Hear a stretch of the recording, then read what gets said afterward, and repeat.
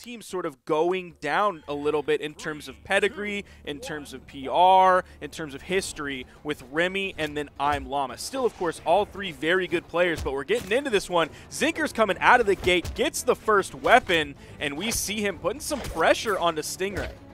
Yeah, Stingray struggling a little bit to get his footing on this one. This is the first match of the day, so maybe Stingray wasn't quite warmed up. But he is very good. We were seeing him play a really good defensive style against Boomie yesterday.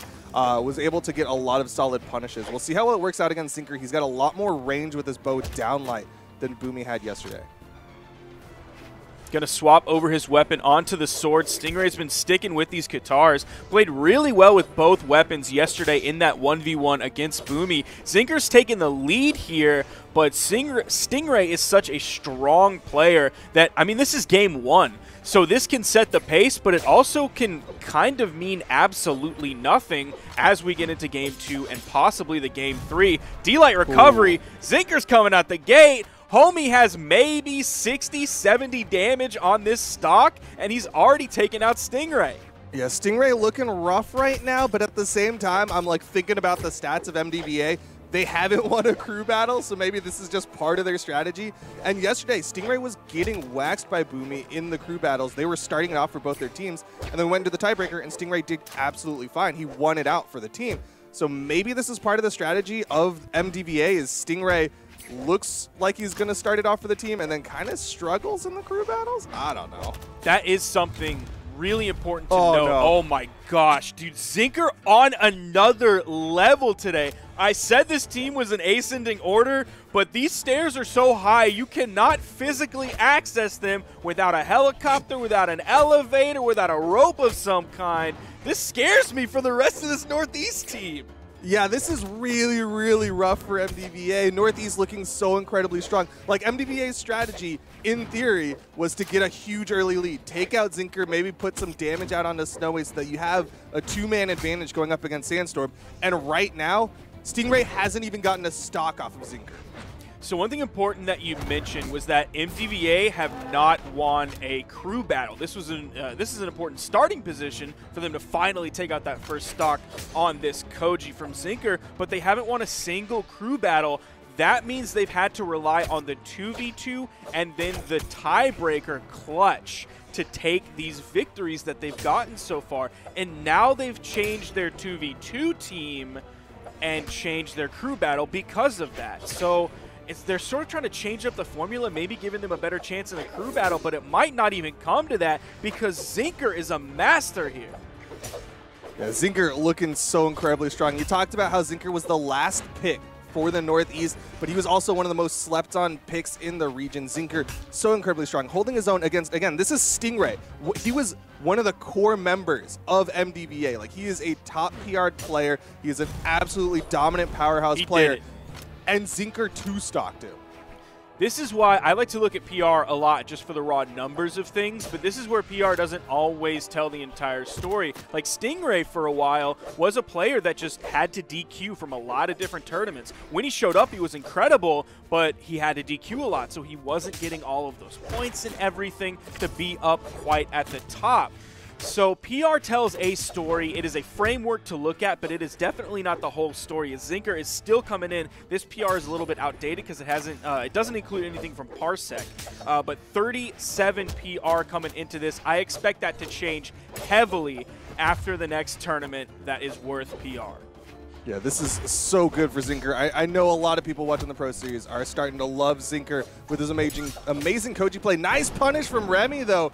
Just outspacing the side sig from Zinquer, and he's going to get the D-Light recovery. But, man, Remmy already bleeding out here, and Zinquer looking like he could go up +1, trading 4 for 3. So I wonder if one of the things that helped Zinquer as much as it did against Stingray earlier was like yesterday when Stingray was facing Boomie, a lot of the damage that Stingray got was just off of punishes. Boomie would throw out a move, and then there would be a punish from Stingray. Being such a high dex legend like Koji could help by lowering those windows of punishment that Stingray can capitalize off of. That plus the raw pressure that he's putting out. He might even get a stock here from Remmy too. Yeah, all he needs is a dare, and that'll do it. Zinquer guaranteed to go +1 trading out extra. That's so good for the Northeast. Northeast is looking so incredibly strong. And ImLlama, he's got to be sweating because he's not even coming in with that characteristic pick. He doesn't have the Thatch. Instead, he's going to be coming in with the Caspian to try to take out maybe 6 stocks off of the Northeast. So many unanswered hits coming out from Zinquer. Could we get the Zinquer 5-stock today? Imagine! 5, maybe even 6, depending on how he's playing. Ooh, just over the down sig from Remmy. D-Light goes for the Nair. Interesting option there. Remmy not in the red, so likely D-Light Dare would have been the play, but Remmy gets the D-Light recovery. Okay, stopping the momentum of Zinquer, but now comes Snowy, who also popped off yesterday in the Northeast crew battles.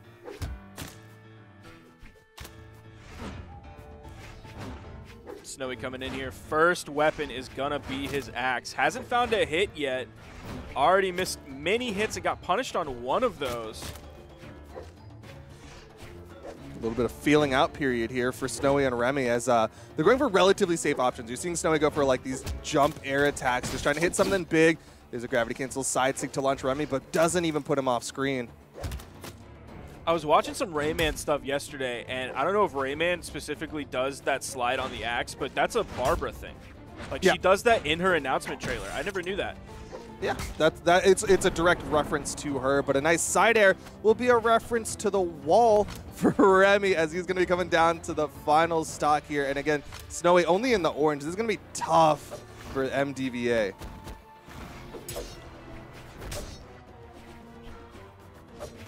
Finding some more hits here. Remmy on his final stock, hoping he can at least get this first stock from Snowy. I can't believe that ground pound hit.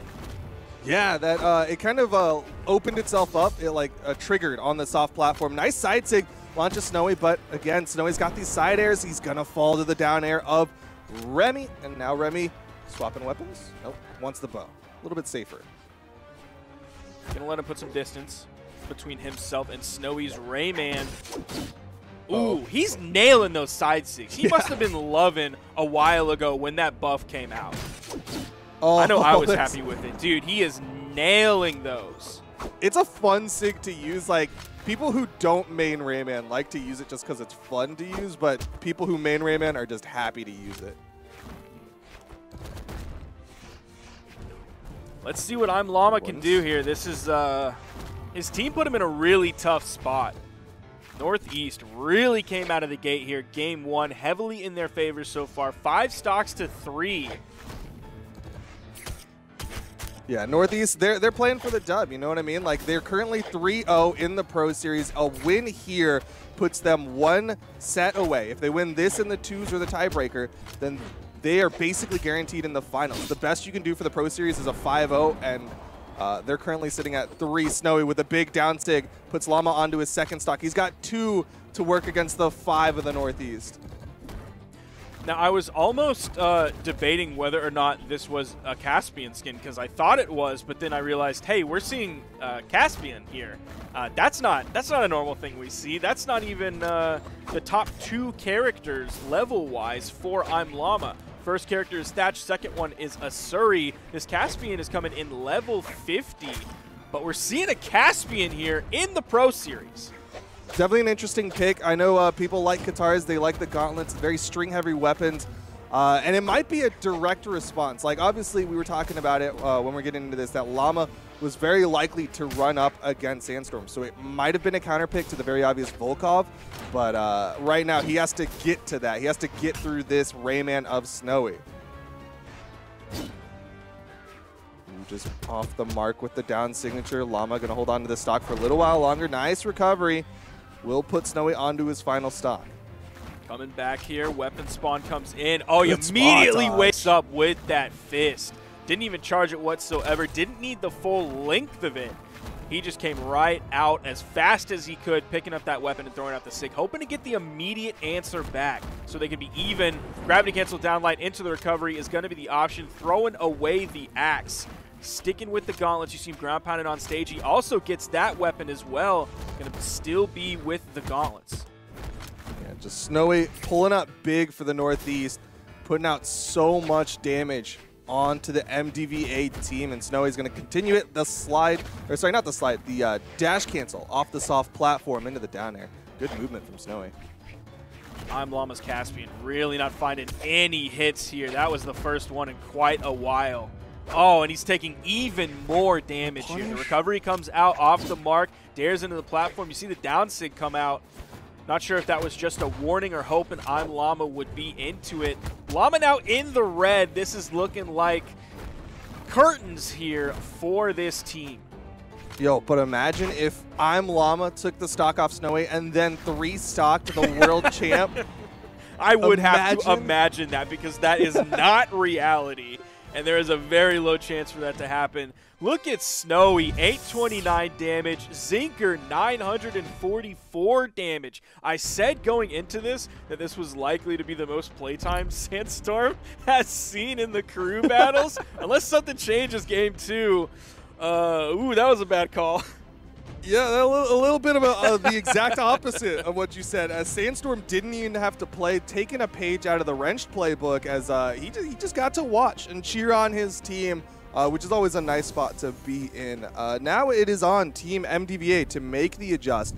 Looks like we're already seeing a couple of character swaps, as Stingray has swapped over to the Yasuri, maybe? He was hovering it.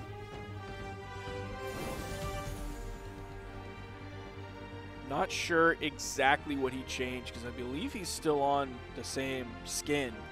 Has the same sword in hand. Maybe he just had to back it out for a second. He is in the default stance. Okay. Interesting stance pick. Usually maybe minus dex. Actually, is 6 dex good for Katars? That's the only reason I would do it, because I don't think it does anything for sword. I don't know the frame data on specifically 6. 9 that we see Pier pick on the Lin Fei gives you Dare Inlight, Dare D-Light, but that's of course at a mighty number 9 amount of stock, dexterity. Yeah, I think Sidelight D-Light used to be on 6, but that might not be true anymore. There's a lot of balance changes that happened, and unfortunately I forgot all that frame data. But either way, we do see the switch to the Yasuri, and ImLlama going to make that switch over to Thatch. Did not like how the Caspian pick worked out. It kind of makes sense. The two people who did under 300 damage are going to switch it up. So if you're watching out there, you might notice that whenever that map selection screen comes up, they immediately delete so many of those maps before then kind of taking a pause and thinking about what they're going to do. That's because the crew battle game mode gives you a bunch of maps that are not competition tournament viable. So that's why they take all of those out of the fray before then going down to the ones that are viable that they're going to pick from. Yeah, it gives you the whole pool of all 1v1 maps, so that if you're playing at home and you want to do some crew battles with your friends, you have a whole pool to pick from. But for specifically the Pro Series, there's a much smaller pool of maps that they want to play on. Coming into game number 2, though, still in the crew battles section, we've got Stingray versus Zinquer, and Stingray's looking a little better with this sword against Zinquer. We're just seeing a lot of good old-fashioned sword stuff going on, just trading hits back and forth. Zinquer is a little bit behind in terms of the damage. D-Light Dare recovery, he goes for it. Maybe just a little bit too early. Didn't have enough damage on the stock to get that extended stun time on the down air with the bounce to then pick up that recovery. That was a really good reaction from Zinquer, though. He dashed back on the soft platform. Oh, there's the bounce into the recovery. Zinquer doing it to Stingray, and it's like, look, this is how you do it, and there's no soft platform for you to get away on. Zinquer gonna pull up the first stock, but it's a little more even than it was in the last crew battle. D-Light recovery, that's gonna take off the top. If you noticed when Stingray did the D-Light Dare recovery, he hit the D-Light, that was an orange. The Dare turned him red. The recovery would have put him further into the red, but the reason it didn't hit is because there wasn't enough damage on the stock for that to happen. Meanwhile, when Zinquer picked it up, Stingray was deep enough in the red that he got the increased bounce and the stun time to then be able to pick up that combo. That is definitely a very damage-centric combo. It has to be at the right damage or you will not hit it true.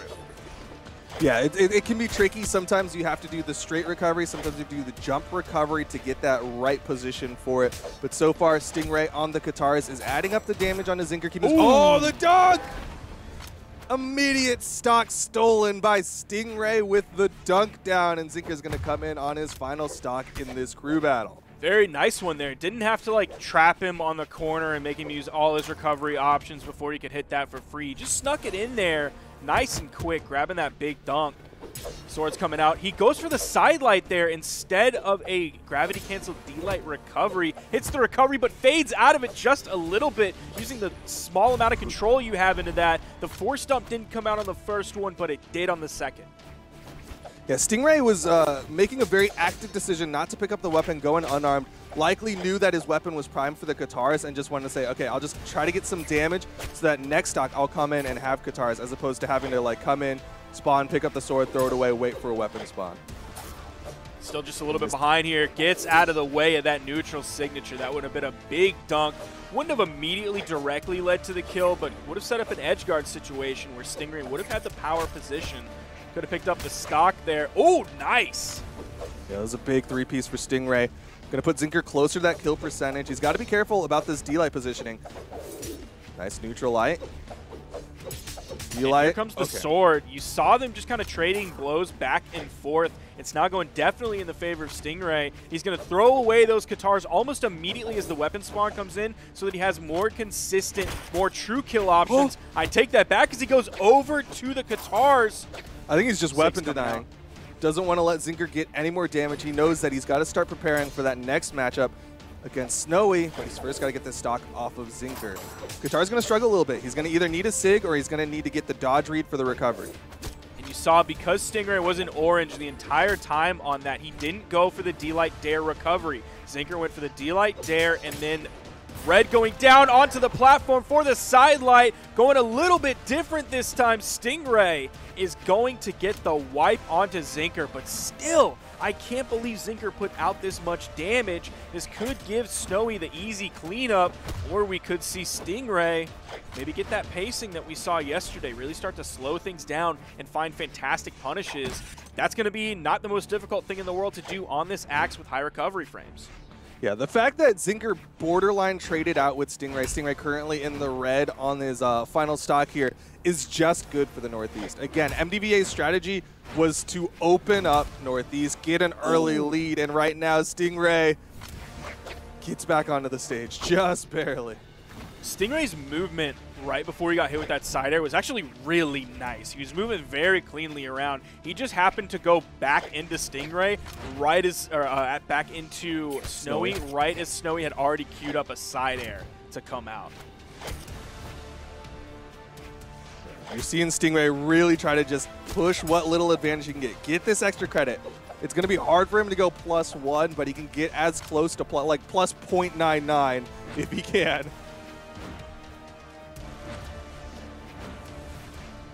Stingray be very careful. A lot of sharking going on. Doesn't want to get caught by a side air. Man, Snowy had him like in such a good position. Like he had so much stage control, but he didn't want to throw out the move. There's the downlight. Almost finishes off. That is an axe downlight to potentially knock out. Ooh, that one did. It's been a long time since I've seen one of those knock out. Pretty solid work from Stingray, though. Put out a decent amount of damage onto Snowy on this stock. Still going to maintain that lead for his team. If Remmy can get onto stage, Neutralite comes out. Fortunately, it's going to send Snowy towards the weapon that Remmy wanted to grab, so he's going to be starved a little bit longer. Finally picks that up. Good movement from Remmy.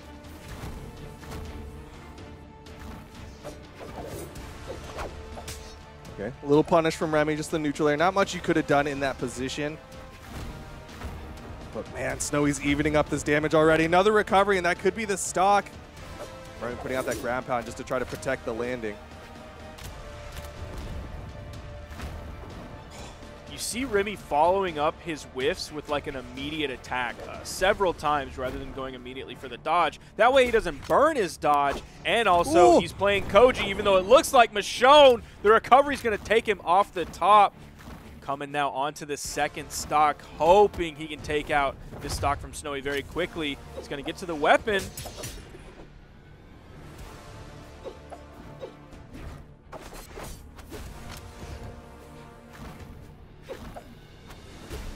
Oh, The weapon toss to interrupt the down signature. Remmy, you see him fishing for either the startup to the recovery or the recovery itself to try to get this stock off of Snowy, but Snowy's doing such a good job playing around Remmy's kill options. All right, Big Sair. A little bit rough. Needs to finish it. There it is. Remmy with the down air is going to finish it off. Did take a little bit of damage there, but it's definitely doable. In the top right of your screen, because Stingray's been taken out, you see like the knockout face. It just looks really sad on a Surrey. Like, it doesn't look injured or like beaten. It just looks really sad, and that makes me sad. It's just a sad cat. Well, while you're looking up there at the sad cat, you can also look up and notice that it's in player order, right? So if Remmy currently in playing against his opponent Snowy, but if Remmy goes down, ImLlama's coming up next. So he's gonna just, for you out there playing crew battles, and you're like, wait, when's my turn? You just look up at top.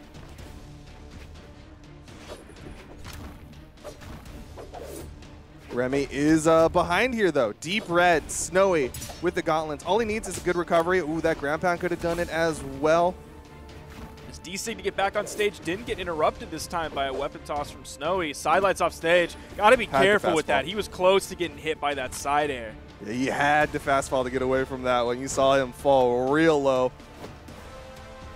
You can see Remmy's playing far back, wants to play that punish game, wants to just add up this damage. Big ground pound, opportunity here, doesn't hit the weapon toss. D-Light ground pound, Remmy stole the stock, and suddenly the MDVA have the lead in the crew battles. I think he grabbed that one in orange, too. Nice. He extended in just the right way. Remmy! Oh, my goodness, Remmy! This is why they put him in the crew battle. Out of nowhere, Remmy taking 2 stocks in 30 seconds. Now it is 5 stocks versus Sandstorm, but Sandstorm is the world champ, and he's going to get 1 to start it off. Remmy coming in on his final stock. They're even in damage, both of them with 0 damage on this stock. This could be a little bit precarious. You saw the sweat beads coming out.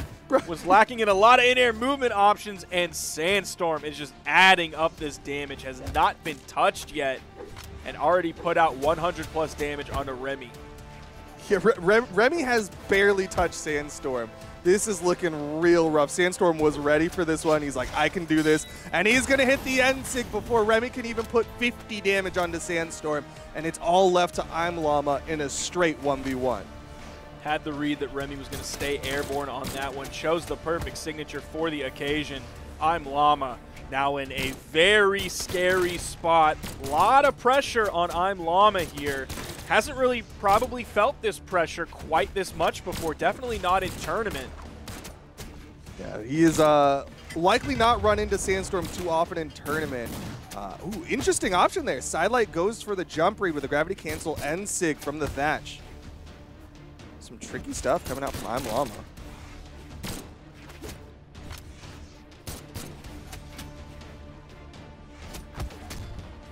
Nice pickup from Sandstorm. ImLlama still able to get back to the stage, but he has been disarmed. He needs that weapon pickup. ImLlama's unarmed has not been working out for him.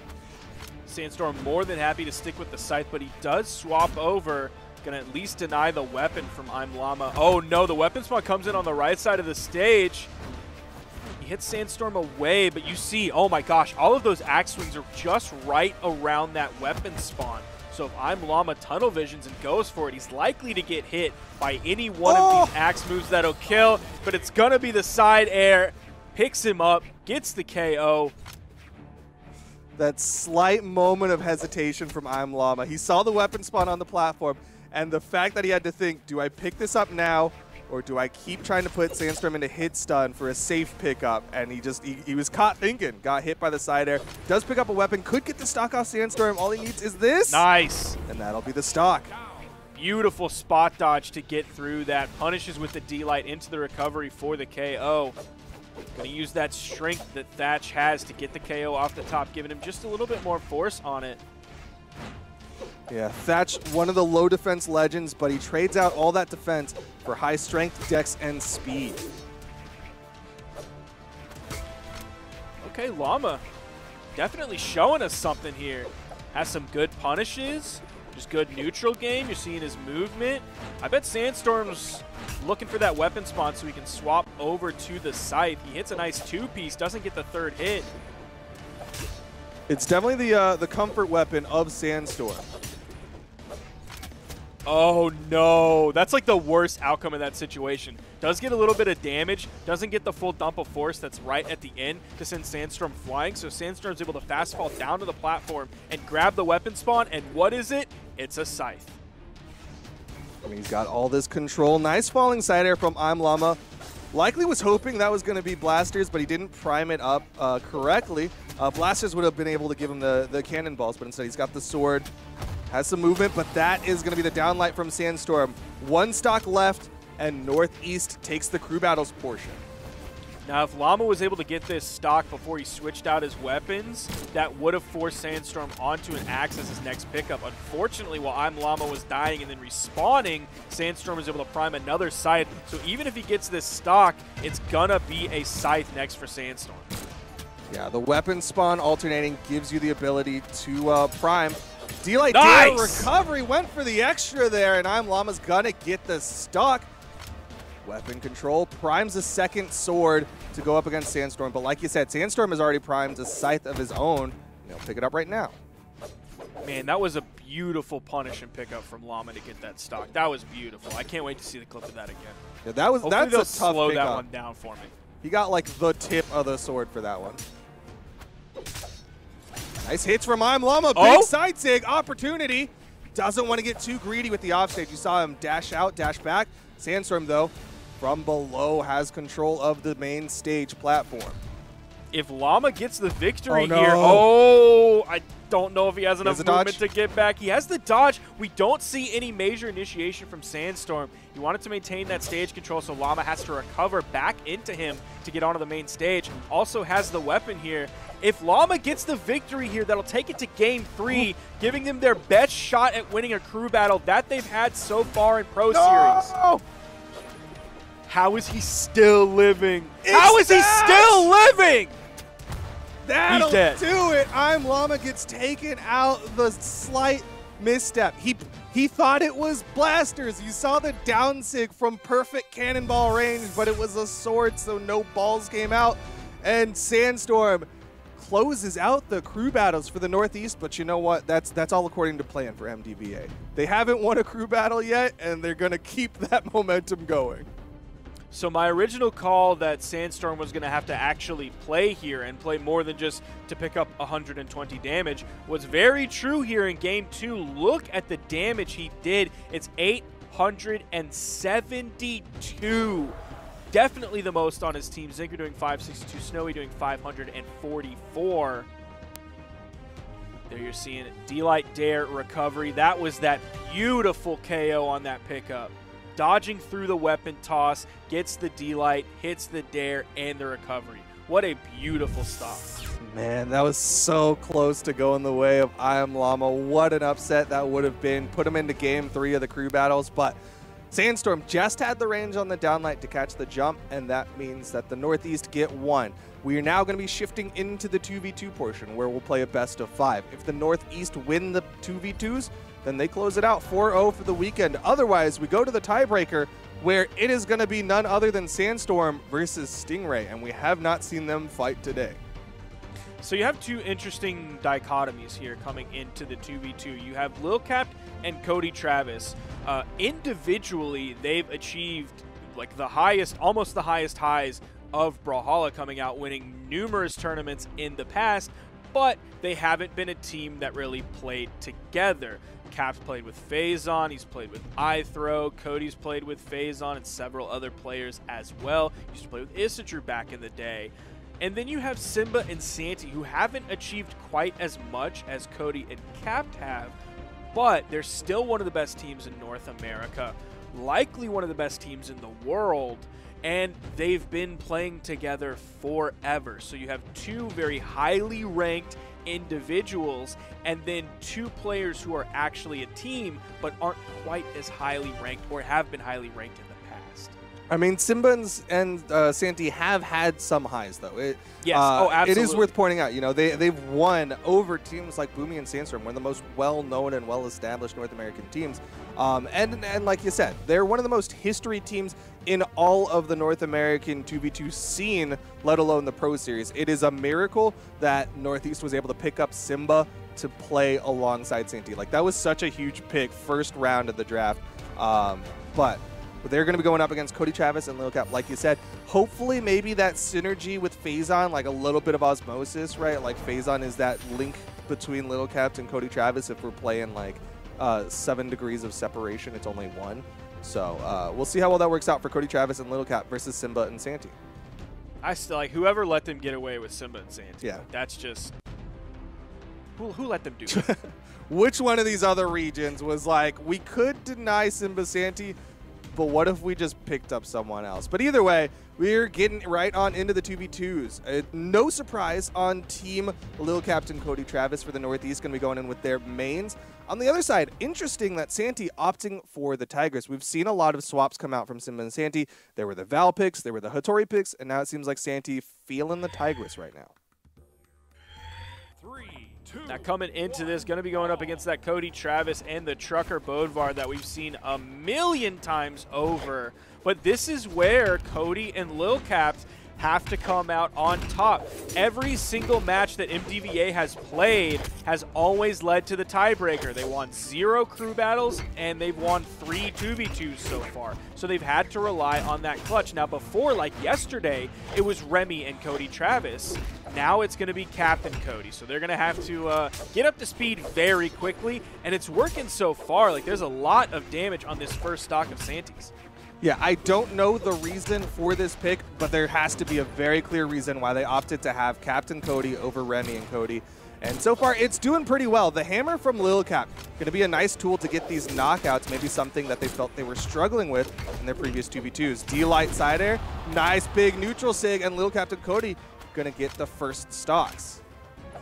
Now keep in mind, we mentioned this before, but I just want to mention it again, is these lineups have been set ahead of time. I don't know exactly when they're set, but let's just say, for example, they're set on like Wednesday, and they have to say, Monday. okay, on Saturday, we're playing this crew battle, this team. On Sunday, we're playing this crew battle and this team. They don't get to change these things in between the days. So all of this was set ahead of time, which is why you mentioned that there is certainly a good reason for why they swapped Remmy and Lil Capped into these positions. Yeah, it was a very specific counter pick against the Santy Simba combination. Big pick up with the neutral sig from Lil Capped.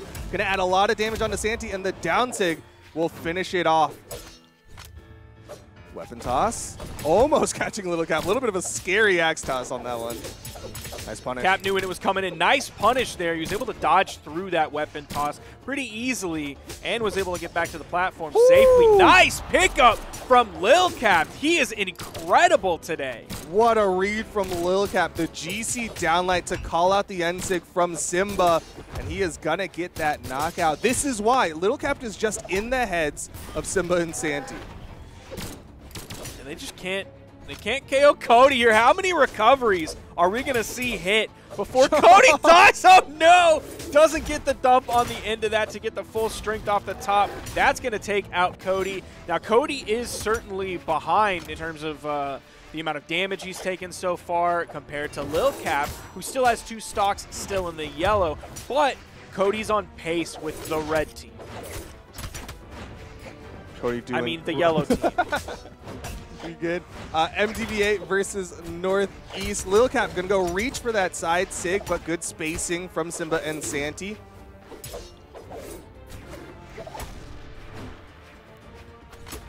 Northeast is on its final stocks here with Simba and Santy. They have to get this stock off of Lil Capped so that everyone can be on their final stocks. There it is. Nice recovery. Can't get Cody caught up for the death sandwich. Cody has the axe in hand, gonna be looking to swing, get this stock likely off of Santy. Unfortunately, that soft platform is gonna take away some of the momentum. Nice dodge through from Santy. Knows he needs to extend this stock. The recovery comes out. Santy going for the edge guard. Lil Capped able to dodge through the ground pound. Santy is likely the target of this team. Oh, does he get the kill off the top? He does. That's huge. And now Lil Capped has to 1v2. Like you said, Santy was the target, but so was Cody Travis. Santy just dives in. Oh, able to avoid it. Okay, 1v1. Simba with the stage control. Good dodge out. Capped is not able to punish that second sidelight that came out. Gravity canceled. It's the sidelight. Goes for the read the other direction with the turnaround recovery. Capped was just a little bit too high. What is he doing? Dude, that's a Capped edge guard. He goes under and goes for the recovery from below. Like, that is a stereotypical Lil Capped edge guard. D-Light, nothing. Now's not the time for that, Lil Capped. That is also a stereotypical Lil Capped move. Oh no, it's going to take him out. They get the victory. That's going to be game one, going the way of Simba and Santy. Capped, big boy Capped, putting out 706 damage. Also took 650. That's like 215 damage per stock that he was able to take and not die. Compare that to Cody Travis. Capped was much more efficient in terms of damage taken, despite being at a much lower defense. Yeah, Capped did a lot there, and I think part of that is like Cody Travis just disappeared on the second stock. He kind of just like, that one got lost to time, came back in his third stock and was trying to play again, but at that point he was a little bit behind at least his teammate. All right, both of them already going to the outside.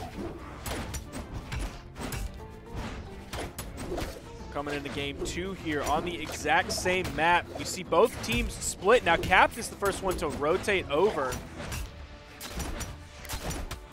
Oh, this is going to be bad. That's a lot. At the very least, it's damage, and Cody's adding more onto his teammate. MDVA needs to win this bet. Oh, Cody!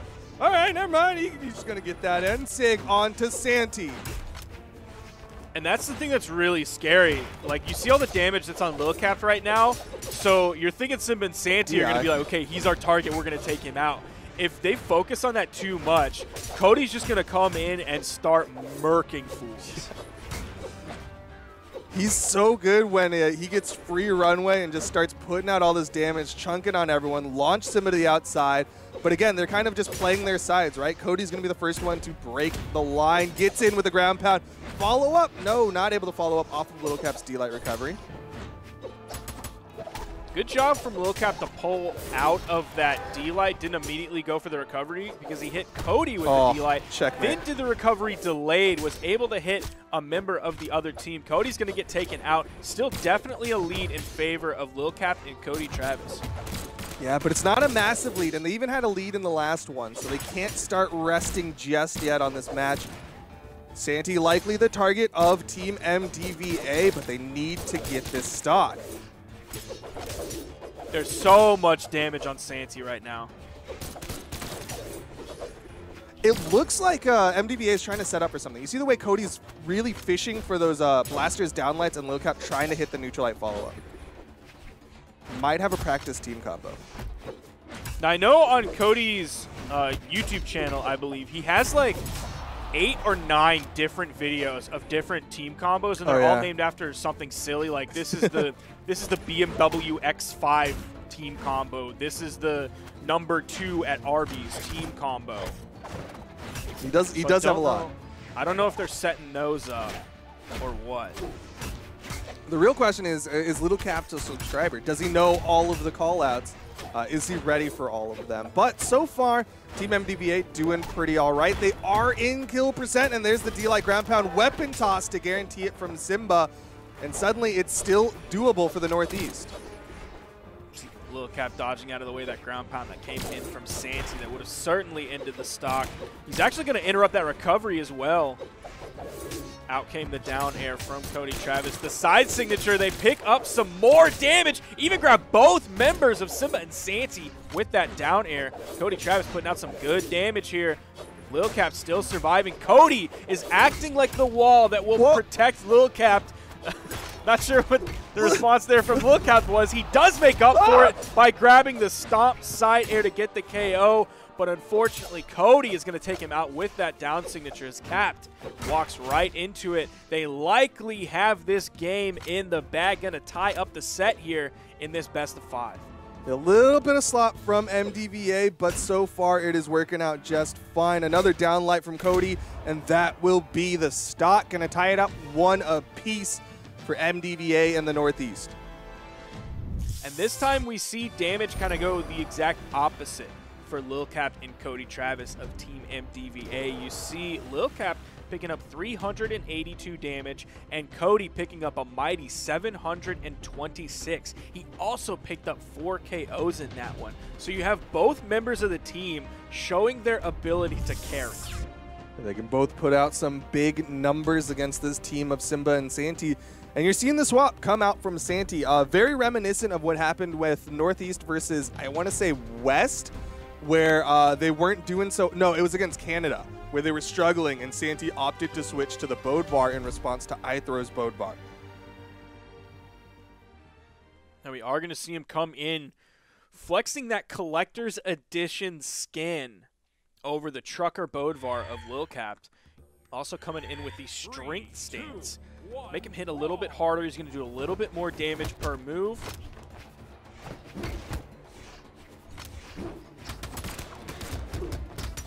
Cody Travis gets to pick up a weapon. Nice team combo, locking up Team MDVA for an early lead for the Northeast. Not quite enough to lead to any knockouts or anything, but man, that stuff adds up quick.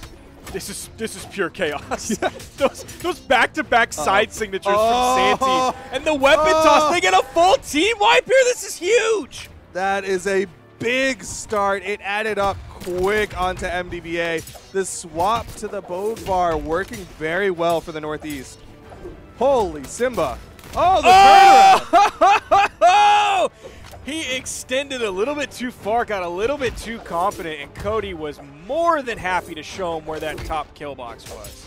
Looking like that Rafiki meme where he lifts up Simba and then yeets him off Pride Rock.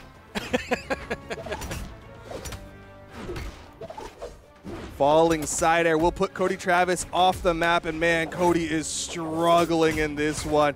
They've got to slow it down. What a weapon toss from Santy to stop the release from Lil Capped. I was almost worried that that was going to send him back into continuing the team combo, getting more damage. Oh, 5 stocks left for the Northeast, 2 for MDVA. This is trouble for MDVA. They're playing for the tiebreaker. They haven't lost a 2s yet. Now, we are in a Game 3 situation here, but this almost looks like a sort of top 16 match that would normally be in a Game 2, where Game 1, the sort of lesser-known team comes out, and they happen to pick up a win there, and then the very next game, the sort of quote-unquote better, more highly ranked team just completely wipes the floor with them. But we're in Game 3 here. This is a big swing that Simba and Santy are throwing out here on Cody Travis and Lil Capped, no less. Yeah, this is a huge adjustment from Simba and Santy. They have just come out of the gate swinging so hard.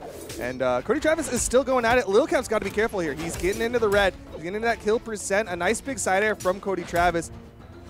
But they got to get this damage onto Simba. Simba likely will be the target once they get Santy. Oh, no. Cody takes out the teammate. Not good. That puts Cody in a terrible position, and he then takes 3 hits from Simba and Santy. Gets a knockout on 1. Doesn't spend too much of the time putting out a lot of damage onto Simba. Just strip the weapon from the field. That Neutralite, you're going to be stuck in a lot of frames there. Gave Simba the easy punish. See Cody trying to play this 1v2. Likely wants the offstage, but man, he's doing this 1v2 really well. Goes in between the two, but doesn't get punished for it. The stomp, but nothing comes out. A little bit of Lil Capped syndrome there. D-Light in there. Target swap almost hits the side sig, but the soft platform raises Santy high enough over it. That's bad though. The D-Light side air puts Cody off stage. They don't fully extend into the edgeguard situation. They know that they are significantly damaged here. They're about halfway through their final stocks. Cody is extremely red, but they have a better chance of getting the W without having to extend over into that edgeguard situation and put any unnecessary risk. Ooh. Cody going for the big play there. That down air almost hit him. Yeah, you saw Simba. He had enough time to think about what his decision was going to be. Hits the downlight side air when they get back up on stage, and that means the Northeast is one game away from stopping the momentum of MDVA and finishing off the weekend 4-0. Now, we saw Lil Capped doing like 306 damage that game, so he was definitely the one lagging behind.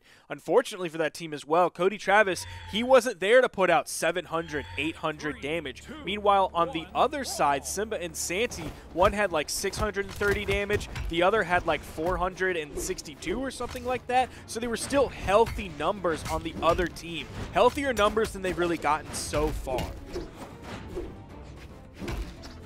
Yeah, Simba and Santy really popped off in that last one. We're seeing a little bit of a slower start here in game number 4 of the 2v2s. Got him split. Nice follow-up from Lil Capped. Going to get that extra tap of damage. Follow-up from Cody. Extra taps of damage. Looking pretty nice for MDVA. That sends Cody flying. Simba actually just chooses to get back on the stage. Oh, no. And a big Sig is going to take out Lil Capped first in this game. Are we going to see a repeat of last game? There's at least more damage onto Santy and Simba at this point than there was last game. See if they can even this one up quickly with both members of Simba and Santy in the red. Cody also very much in the red. Nice pick up. Gets the double D-Light into the recovery. Doesn't KO. That recovery will. Side air sends Simba flying.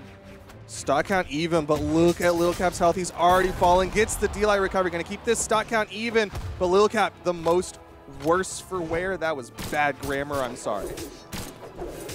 Santy and Simba playing well this game. Santy is taking quite a bit of damage here. Cody is taking next to nothing on this second stock.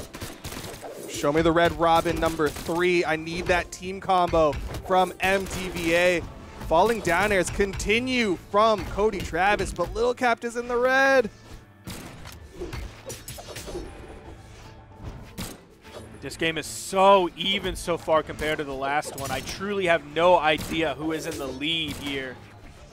It can go either direction. It's going to be between Santy and Lil Capped to fall first. Lil Capped gets taken out by another neutral signature, and Cody can't get the immediate evener. All right, well, now I know who's in the lead.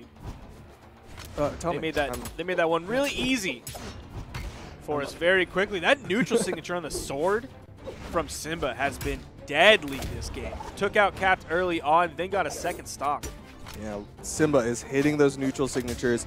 Stock count back to even, but Cody Travis more damage than Simba. Opportunity here for MDVA. If they can take out Santy, if they just keep launching Simba, then go for a 2v1 onto Santy. That might be their end goal, but right now they have to get in position for it. Cody off screen. Nice interrupt. Even with all the defense that he has, Cody cannot survive much longer. Yeah, it's going to start coming down to positioning more than defense. The side sig comes out from Simba. Simba is taking names right now. He went in with the perfect punish there. Got the signature, which guaranteed the KO, but that neutral light, he had to really wait for it. He wasn't going to be able to like dash in and go for the D-Light side air because there was a chance that Cody just stayed grounded and that D-Light wouldn't pick up. So he went in with the side signature because that would be the KO move rather than going for a side light and then hoping he could pick something up off of that. That isn't true. So good punish option from Simba to take that stock. Oh my goodness, Santy taken out of this game. 2 stocks to Simba's name. Not in the worst position here. That D-Light is going to KO. That's the second axe D-Light that we've seen take off the top. Yeah, but now it is on Lil Capped. Simba has done 1v2s before. He knows how to do this. Lil Capped, the more damage one, you see him playing further back. He's going to be playing that position role. If Simba gets a hit, locks up Cody Travis with like a neutral light, Lil Capped comes in swinging. But right now, Simba is hitting those pokes and not taking too much trade. Lil Capped does have to be maybe a little bit more risky. We've now seen him do really well off of it. But one of those first hits that Simba got, Capped was too far away, so he wasn't able to get to the punish in time. MDVA in the red. Simba just now proccing. But he's disarmed. Look at, come on. You're playing for game 5 in the 2v2 so your team can get to the tiebreaker and you're going to turn around and D-Light your teammate. Come on, Lil Capped. Hey, man, that's that Lil Capped X factor that we love. We love it. D-Light from Cody Travis. They're going to game 5. MDVA trying to keep the streak alive of winning all of their 2v2s, going to the tiebreaker for Stingray. Otherwise, Northeast is going to go 4-0 and basically guarantee a spot in the finals. Simba and Santy putting out some good numbers that game. They weren't able to take the victory, possibly off of the fact of, I can't remember who it was, it already went out of the way and things disappeared from my mind. I believe it was Simba got 3 KOs, and I think Santy got only 1. So if they could secure those KOs maybe a little bit earlier, that would give them the option, because they still had good numbers. Still had a high 400 and a high 500 damage. Meanwhile, on the other side, Lil Capped and Cody Travis put out both 600 plus damage. So good numbies there. I mean, they were able to put out a lot of damage, but at the same time, they took a lot. Like, that was still last stock's red. If Simba got the right hit onto either of them, that was a straight 1v1, both red stocks. Like, that was very doable for Simba. And right now, Cody Travis and Lil Capped thinking really hard about what map they want to play on for game number 5 of the 2v2s. Apocalypse is kind of the outlier map. I don't know if that means that's what they want or if that's what they don't want, but it looks like it's going to be Apocalypse for game number 5 of the 2v2s between Northeast and MDVA.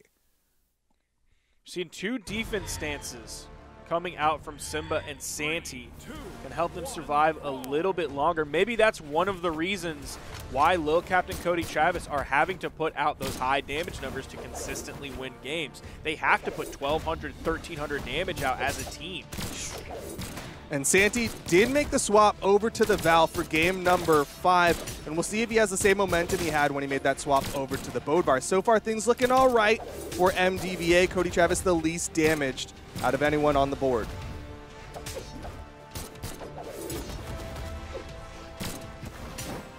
There is a weapon spawn on the field. It seems like nobody's going for it.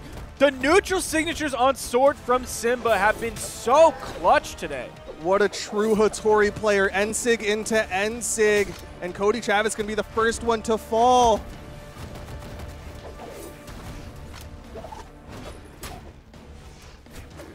Man, look at dip from the edge guard situation really quick. He even ran over to like the left third of the stage before turning around and going back, hoping a side signature on his sword would clip Santy as he came over the corner. Recovery from Santy. Oh, Lil Capped really wanted that stomp. You saw the movement stomp and then a fake out, go back in for a second stomp, but he didn't hit it. There's a recovery from Santy. Northeast up with a 2-stock lead over MDVA. Man, Cody is hitting these side airs from the right side, but he's sending to the left and getting some stage bounce, so they aren't leading to KOs. They pick them up, 1 for Cody, 1 for Lil Capped, going to bring them back into this game. We have to watch how much damage Cody is taking. He's definitely the most damage so far, not by a long shot, but at least by a little, giving Santy and Simba a little bit of a lead. Yeah, I really feel like the pace of Cody's damage taken has been about the same as everyone else's, except he had a stock loss so early. Weapon toss to try to stop that team combo. Ooh, Simba dip down, getting out of the way of that side signature. Beautiful positioning there.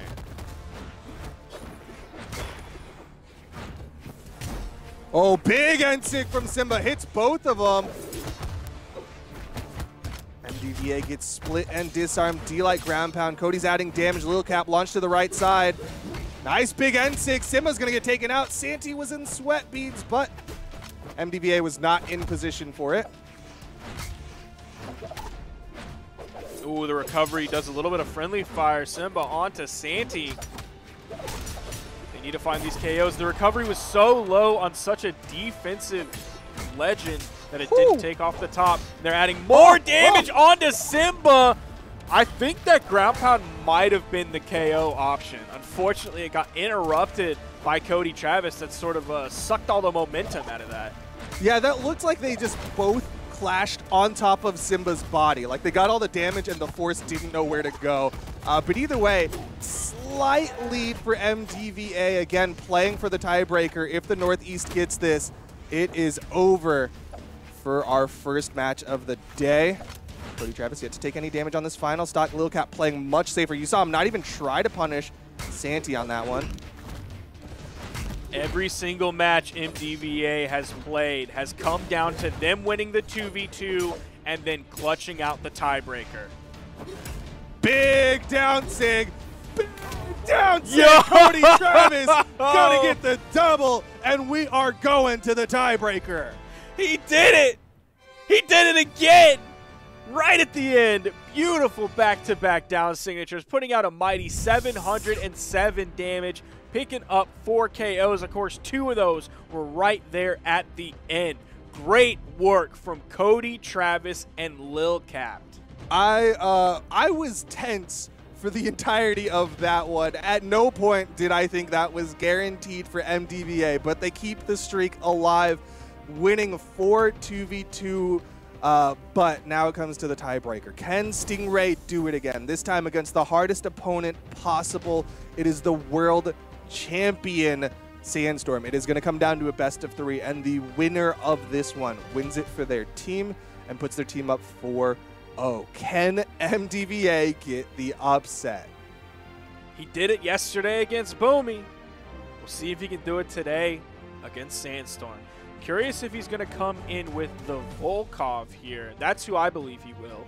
That's likely his character pick, but he could swap on to another character. We've seen him play the Onyx in the past. We've seen him, of course, play a Mordex. I know Chat would go crazy if he played a Mordex. I don't know how Chat's feeling about the Volkov pick, seeing as it's not something we really see very often. I will say he has the opportunity to go back to that Mako that he was playing early on. That as well. It was a character that worked really well, and then he ran up into Cosolix, who is very known for his lance play, and was like, okay, you know what? I don't think that this is a good matchup for me, so he switched off. I think it was the Onyx that he played in the tiebreaker, ended up winning it out. And then we've seen the Volkov this weekend, so he's kind of got a more recent character pool, right? Like, we know he's got a Mordex in the back pocket. We know he's got this, that, and the other. But it looks like it's going to be Volkov for game number 1 of the best of 3 tiebreaker between Sandstorm and Stingray. Now, that is interesting that you mentioned the Cosolix Mako match that sort of maybe changed his mind, because he released the tweet later on saying, oh, I found the bad matchup for Greatsword. But obviously, he hasn't really had to play against any Lance players kind of since then. Of course, Stingray had a Lance in the past, but Stingray hasn't really leaned on that Lance as heavily here at all recently. So he could go in with the Mako here, but no, it seems like he's made his mind up to completely change, and he's sticking to that decision to do the Volkov no matter what the matchup is, at least so far. I kind of like this decision from Stingray to go in with this Asuri, right? Like, he clearly likes the Katars right now, has been playing the Ragnar and the Asuri. And also, if you watched that previous crew battle where ImLlama got to play against Sandstorm, it was predominantly the sword play from ImLlama that worked well against Sandstorm. So Stingray might be trying to take that into his play style today, maybe lean a little bit more into the sword. But man, this is going to be a tough match for Stingray against Sandstorm. Nice weapon toss to open up. They're falling there from Stingray, just a little tap of damage.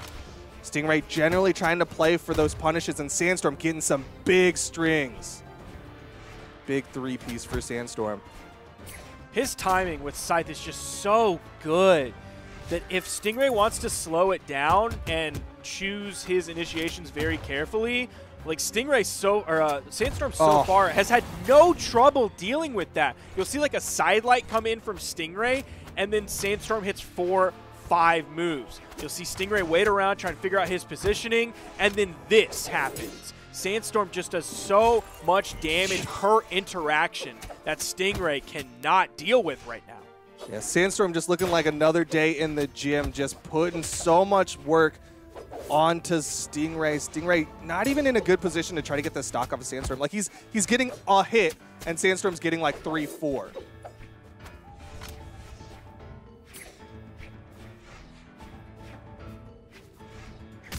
All right, trying to take advantage of that weapon control. Big slap down.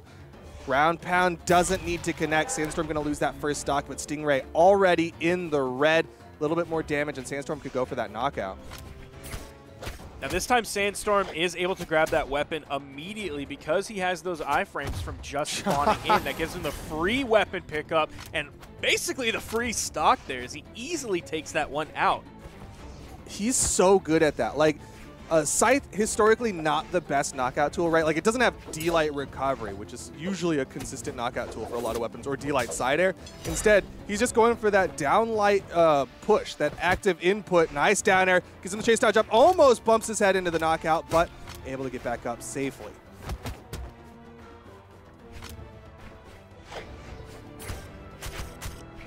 There's the side light, in light. Isn't able to turn it into anything past that, but picking up some beautiful signatures this game. It didn't take long for Stingray to sort of realize what was going on, change things up a little bit, and adapt to what Sandstorm is doing. Gets the KO even with the bounce. Yeah, suddenly Stingray right back into this one, wanting to stick with the Katars. Again, priming the weapon. You saw him throw away the sword, pick back up the Katars, so his next weapon spawn will be Katars.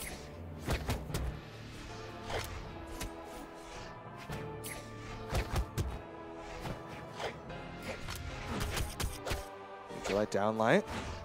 Couldn't quite get more. Stingray doing a good job adding up these double hits. He's winning a little bit more frequently in neutral. Oh, got the read with the chase. Big slap. Stingray takes game number 1. Beautiful dodge around the corner. Sandstorm's axe had basically nothing to deal with Stingray there. Fantastic work. Being able to get in and stick on the Sandstorm. That chain dodge around the corner was, oh, that was chef's kiss, baby. Yeah, that was beautiful. And the part leading right up into it, right? He did like side light, neutral light. Saw the dodge down, here it is. Is that dodge down, and immediately side light chase. Got the slaps, and that is the first game going the way of Stingray. And this is where I think Stingray has a slight advantage. Obviously, yeah, advantage because he won a game, but slight advantage because it's best of 3s. I think if we go to best of 5, Sandstorm has so much experience that it can work out. But in this best of 3s, that volatility that Stingray brings is such a huge advantage. Even just winning one game is extremely valuable in a best of 3 compared to a best of 5. Stingray's going to pick the same character. Sandstorm going to swap onto that Mordex. I'm sure chat is going crazy. I'm sure I'm going to see more Mordexes in my ranked games. Probably depends even how today. this match goes. Depends how this goes. All right, you gotta wait. True. Maybe we'll see some more series in our ranked games. But yeah, like you said, that one win. Yeah, it's just one win, but also it means that Stingray is 1 away from putting MDVA up over the top seed Northeast, and going into the final weekend 4-0 is so nice. Now, Sandstorm is going to have gauntlets here in addition to the Scythe, whereas he had Axe before. He's definitely more comfortable on the gauntlets. We've seen him win countless games with the gauntlets on Mordex, but also gauntlets were one of the weapons that Boomie was choosing to play yesterday into Stingray as well. Yeah, not sure how well that worked out, considering Boomie did end up losing that best of 3, but man, Stingray, what a good anchor for MDVA. He has closed out 3 out of 3 tiebreakers so far, and he's currently up in the 4th. Starting off nice. You're seeing a much different momentum swing for Stingray. Much more aggressive, getting in on top of Sandstorm, getting that damage.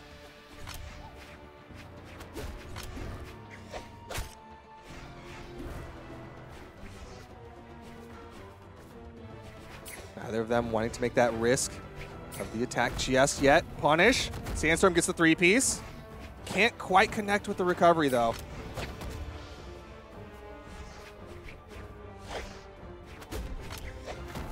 Nice.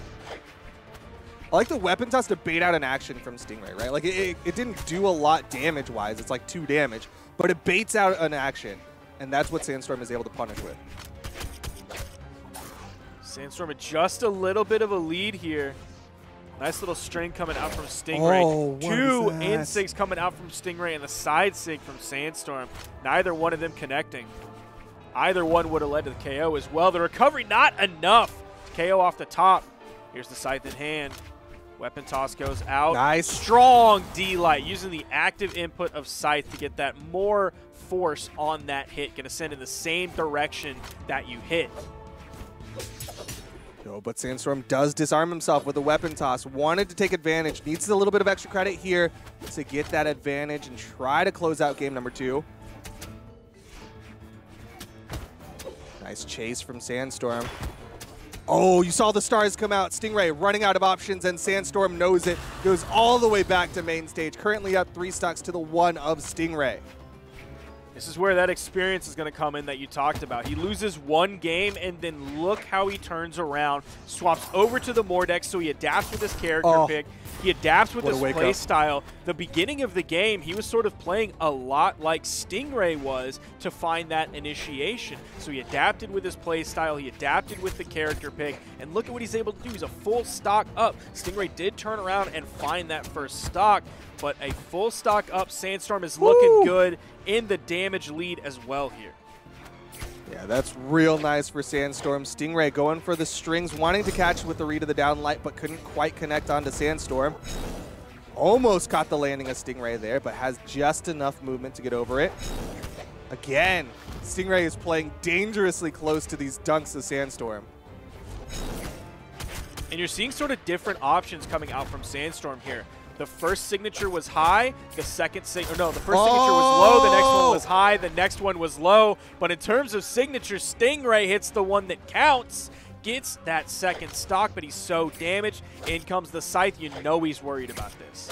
But there's still that chance. You saw that momentum burst. Here it is again. Stingray getting so much damage. Suddenly, this is close. Sandstorm needs the downlight. Stingray needs one more string. Who's going to get what they need? You saw the exclamation points come out.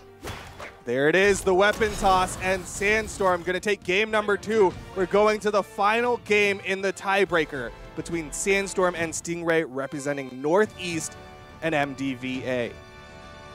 Coming down to game 3 here. We saw it yesterday. Stingray was able to clutch it out at the last second against Boomie. We'll see if he's able to do the same thing today. We had some interesting KOs that game where they just couldn't get back to the main platform instead of being immediately sent into the blast zone. It was several KOs like that. Yeah, it's definitely predominantly on the Sandstorm side. I think that part of that is that, you know, lack of a knockout tool like a D-Light side air. Instead, it was him kind of denying movement and, well, basically just that, just denying movement. Both times you saw those stars come out and it was a denied recovery, so he didn't get any of that movement off of it, and then he just kind of fizzles out in the sky. But here we go. Game number 3, Sandstorm versus Stingray. This is seed number 1, Northeast, versus seed number 3, MDVA. Now, we saw Stingray earlier opting into the default stance, where now he's going into maybe the more traditional choice of the strength stance. Going to take 1 out of dexterity and putting that into strength. Going to give him a little bit more KO potential. Things might knock out a little bit earlier. Maybe it'll take 1 less D-Light recovery to get the KO off the top. Yeah, I mean, it was down to the wire there. That little bit of strength might have been exactly what he needed to close out game number 2 and go home with the victory. Able to avoid any threat of that dunk down, but Sandstorm is getting the better of Stingray, winning out more often in the neutral. Neutral sig connects, and Sandstorm looking huge. Even better than he did the last game. This is the world champion that we're talking about, a former world champion. Fantastic work here. He's won online, he's won on LAN, he's won so many of the things that he has entered. Some of the most experience in Brawlhalla, where it wasn't too long ago that he was thought of as the newcomer. Yeah, just a few years ago, but now he's Mr. 3-time. He is the 3-time 1v1 world champion, 2-time 2v2 world champion, and he's going up against Stingray, who is making this close. This is game 3. Stingray is 3 stocks away. Oh. Okay, you got it. He's back. He almost got the dunk into the weapon toss, too. I was trying to play him up a little bit. I'm sorry, Stingray. Little caster's curse. But Sandstorm sitting pretty. Orange health here on his first stock. Gone. This is big. Sandstorm, 1 stock away. Stingray has to 3-stock Mr. 3-time in order to win it out for MDVA. We've seen Stingray come back from being at a deficit before, but man, this is a whole nother level.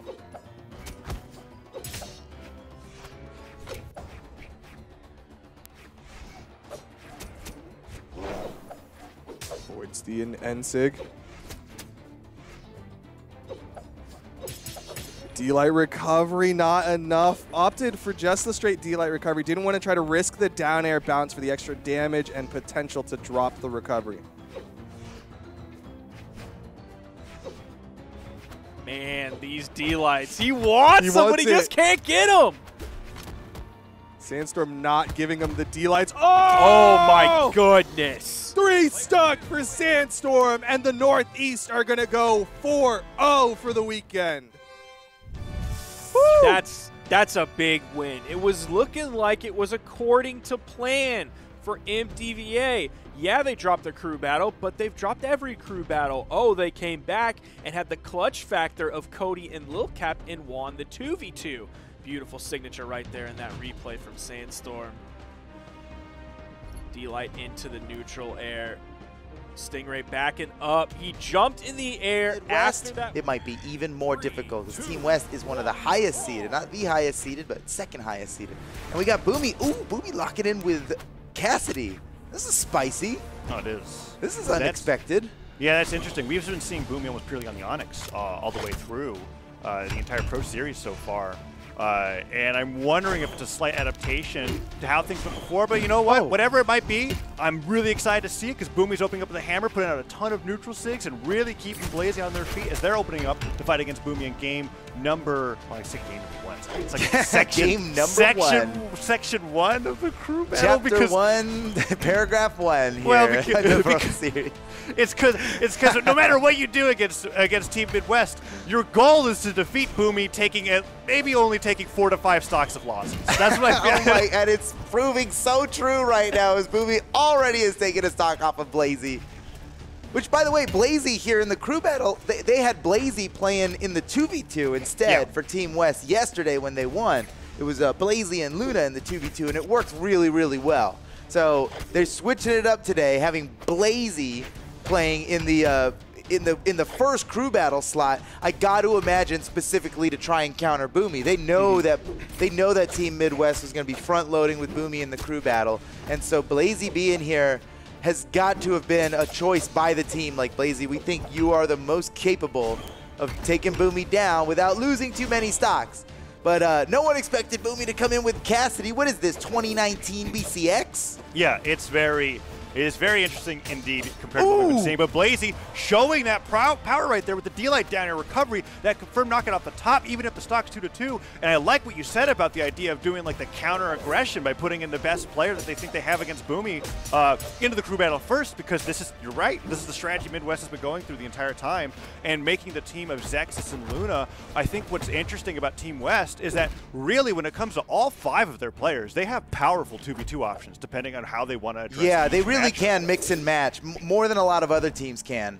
But still, you know, they've always got Java there. They got Java in the final spot. So what they're thinking Blaizzy to take out Boomie, but still have Java, who is their anchor, who will play in the tiebreaker if needed.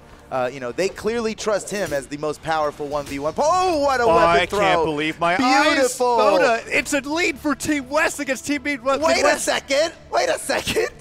This is crazy. I didn't even consider that the crew battle is what Team West would try to snipe off of Team Midwest, but I feel like that's what I'm witnessing right here. Oh, that's so amazing. Wrenched on Team Midwest has gotten so used to not having to play very much in the crew battles. He might have a rude awakening now. He might need to wake up. Someone wake up Wrenched. I think he's going to need to play some stocks here. We were preparing for the cast a few minutes ago, and I remember asking, like, has Wrench played in the Pro Series yet? he's gotten some clutch KOs. Yeah. Oh, is that it? Boomie's down. Wait a second. That's actually a super early kill too. Blaizzy's got almost a full stock. This is huge for Team West. Boomie's down, only taking 2 stocks. Only taking 2 stocks in the first crew battle in this best of 3. Zacoi's coming out swinging, putting some damage onto Blaizzy, trying to even things up. Zacoi being that the second player in the lineup for Midwest. Wrenched is almost certainly going to look to be playing his old 3 stocks if Blaizzy continues at this rate, because the damage is even right now. Blaizzy might be the one taking 4 stocks of a Team Midwest here representing Team West. Oh, the 6 just go wide.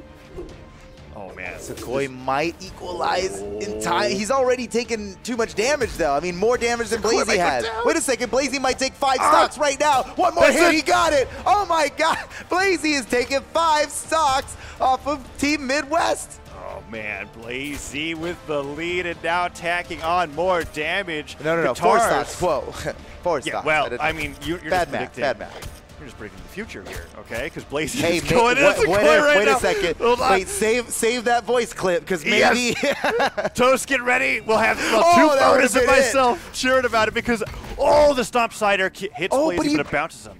He bounced off the floor, and that reduced his velocity enough to not die. He totally would have died if he didn't hit the floor there. Oh, one down light. Tries to go for another now one, Blaizzy. He can convert this into a KO. Oh, no way. Here No comes way. the voice No clip. way.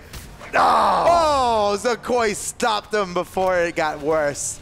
But here comes Wubz of Team bad. West. There's still 3 stocks of Wubz and 3 stocks of Java on Team West. Yeah. Meanwhile, Team Midwest in the orange is 2 or, well, 1.5 stocks of Zacoi, and then all of Wrench.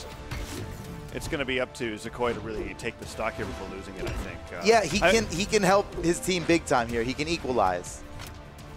Wubz has proven to be a very stable factor, almost similar to Lil Capped on MDVA when it comes to just being able to ensure ensuring that there's going to be 2 to 3 stocks a game. But Zacoi with that neutral sig really catching Wubz off guard. He down aired right into the neutral signature. That's a crazy. What in the world? Zacoi had to have seen into the future to land that. It just doesn't even.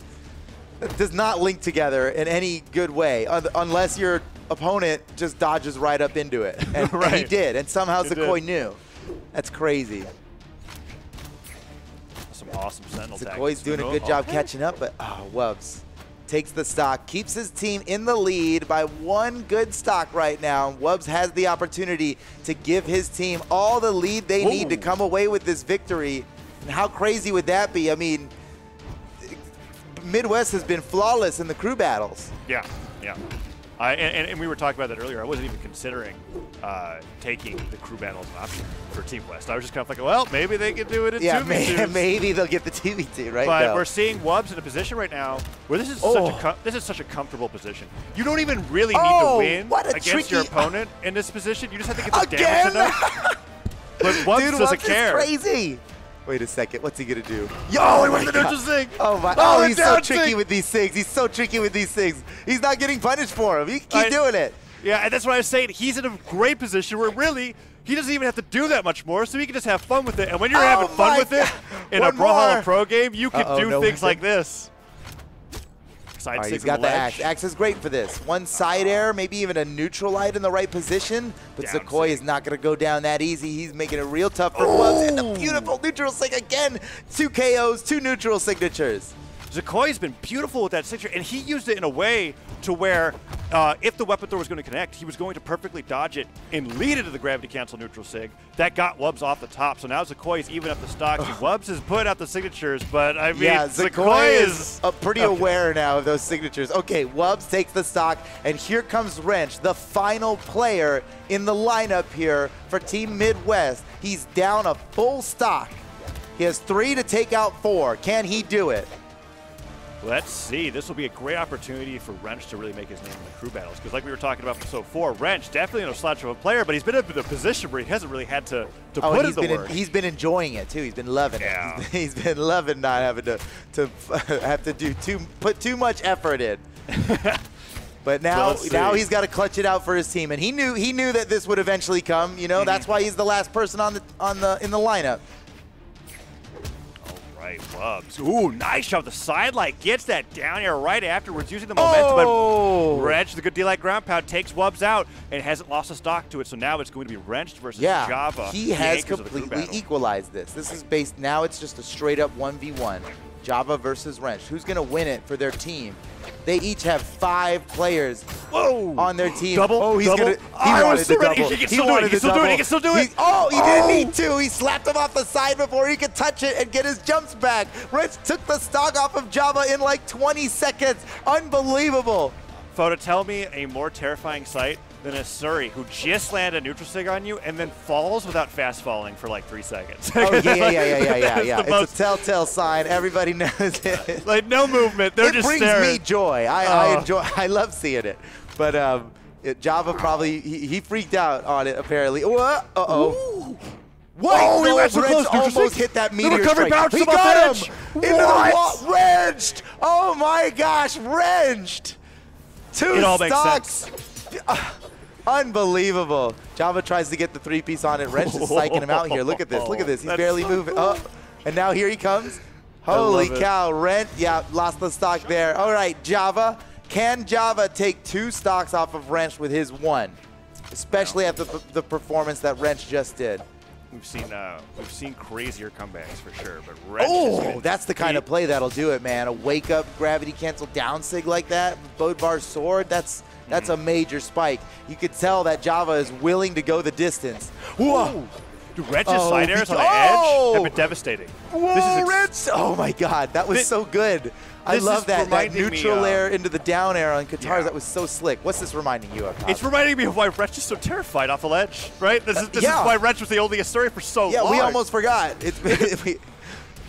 It's awesome to see. Wrench, however, is getting hit away. Java evens Nice. up the stocks to the ground pound. Okay. And this is where it gets scary, all right? This is a desperate situation for Team West here. Can Java really clutch it out? Okay, good start.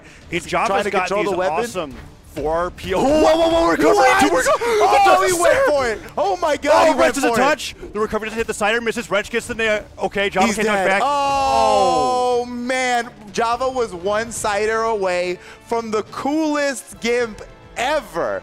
That would have been so extreme. By the way, look at these team synergy taunts. They even the definitely podium. coordinated Even the podium. Look at the They all podiums. definitely coordinated this. I got to imagine. Oh, that's awesome. Look at that. Wow, what a game, dude. I am so impressed with both Wrenched and Java on that. I mean, dude, look at... Oh, I don't think we're going to see that last Java play there because it's a Midwest highlight reel. But that was... It was so good, so close. Look at this. Yeah. Slaps him off the side before he can get the wall. We might see it. It might begin the Maybe. Midwest highlight reel. Oh, this here. Oh no, this was beautiful that was from Wrenched. perfect, Yeah, too. up into the corner. Wrenched had and perfect, Then, oh wait a second, and then we are gonna see it. We are gonna see it. Boom! Chase dodges down the side, and then he freaking goes for it again. If he landed that sider, that might have just been it. But then here comes Wrenched with the perfectly placed neutral air. He's done. He's already done. Nothing he can do. What Wow. was crazy about that is that Wrenched in the nick of time, fast falls out of the way of the side. Yeah. Because he couldn't dodge it. He couldn't saw jump it out of it. And if he did fast fall, it was so crazy that it almost worked. If it hit, that was the game for sure. They're going into game number 2 of the crew battle, and Boomie's not opening up with the Cassidy anymore. Okay. Back to Onyx. Yeah, it's the proof's in the pudding. I mean, he's been doing so well with the Onyx. The Cassidy seemed like a fun idea, but Blaizzy clearly had that figured out. Wow, double neutral air from Boomie there. Never expect the second one. And let's see if Blaizzy can handle Boomie's Onyx as well as he did the Cassidy. Oh man, so far it's not looking so good. But Blaizzy had a weak start in the last game as well, and then turned it into a 1-stock victory over Boomie. So let's see how this works out as Blaizzy's starting to get his footing. Tries really playing out here. I'm actually excited to see Wrench come up again, so hopefully Boomie doesn't destroy because something I wanted to comment about in those highlights, and this is almost certainly a Monday. Oh, whoa! That was amazing. I love the usage of sword ground pound that's been really cropping up in the Pro Series overall. A lot of these combos to maximize the damage and then get that bounce combo right afterwards when they hit the ground. Blaizzy with the neutral light sends him off the left side of the stage and doesn't get the edge guard, but the recovery almost takes Boomie off the top. Dude, I could not have anticipated, and maybe nobody could have anticipated, just how prepared Blaizzy was for this matchup against Boomie. He's performing better against Boomie than just about anybody we've seen. And you know, I mean, I didn't expect that from Blaizzy. I wonder how the conversation went. I mean, he was playing in the 2v2 before. He must have been like, guys, I got it. I'll take out Boomie. And the rest of his team's like, you sure, bro? And he's like, yes, dude, yes. And he did. He already did. I'm just guessing that's how the conversation went. Maybe. Well, maybe Team West supported him 100%. Well, regardless of whatever the situation is, it goes without saying that Team West has been the most diverse when it comes to approaching all of the matchups, and they've really been looking at their position. They're going like, okay, well, we're clearly the underdogs here in every regard. So how are we going to use the pieces, right? Like, let's use the pieces of the other players and create the best strategy for the situation. Whoa, Boomie's We've got really going out there for this. Yeah. Oh, that's going to be the stock. Wow, perfect stock from Boomie. He is one full stock ahead. He's lapped Blaizzy in damage right now. And this was where it gets scary. Because if, let's say Blaizzy takes another stock off of Boomie, and Boomie ends up winning it 1 stock to 0, Zacoi could be deleted in those 3 stocks depending on how crazy Boomie can get, right? We see Boomie tear through the middleman in every single one of these Pro Series after they get through the front gate. So let's see what happens here as Blaizzy tries to go in for that signature knockout. Nice job from Blaizzy on the edge, keeping Boomie for a while, but Boomie starts a nice string. Oh, Starlight dips down, tries to catch him again. Lots of damage going on Blaizzy's last stock as that sider connects. That down stick just barely doesn't hit. Weapon throw into the neutral air, slam dunk down into the ground. He goes for the finisher. Blaizzy avoids it on the other side now, but Boomie fights back. Now with the cannon. Blaizzy's so close to death, and Boomie, oh my goodness, Boomie might finish him off and still have 2 stocks remaining. What's going to happen to Wubz on Team West if Blaizzy goes down right now, leaving Boomie with 2 stocks? I think this might be it. One more hit. Oh, Blaizzy just barely makes it around Boomie there. He's staying on the edge despite, wow. Could have gone back to get the weapon. He decided to go for it unarmed. He gambled and lost, you know? Is a strategic risks.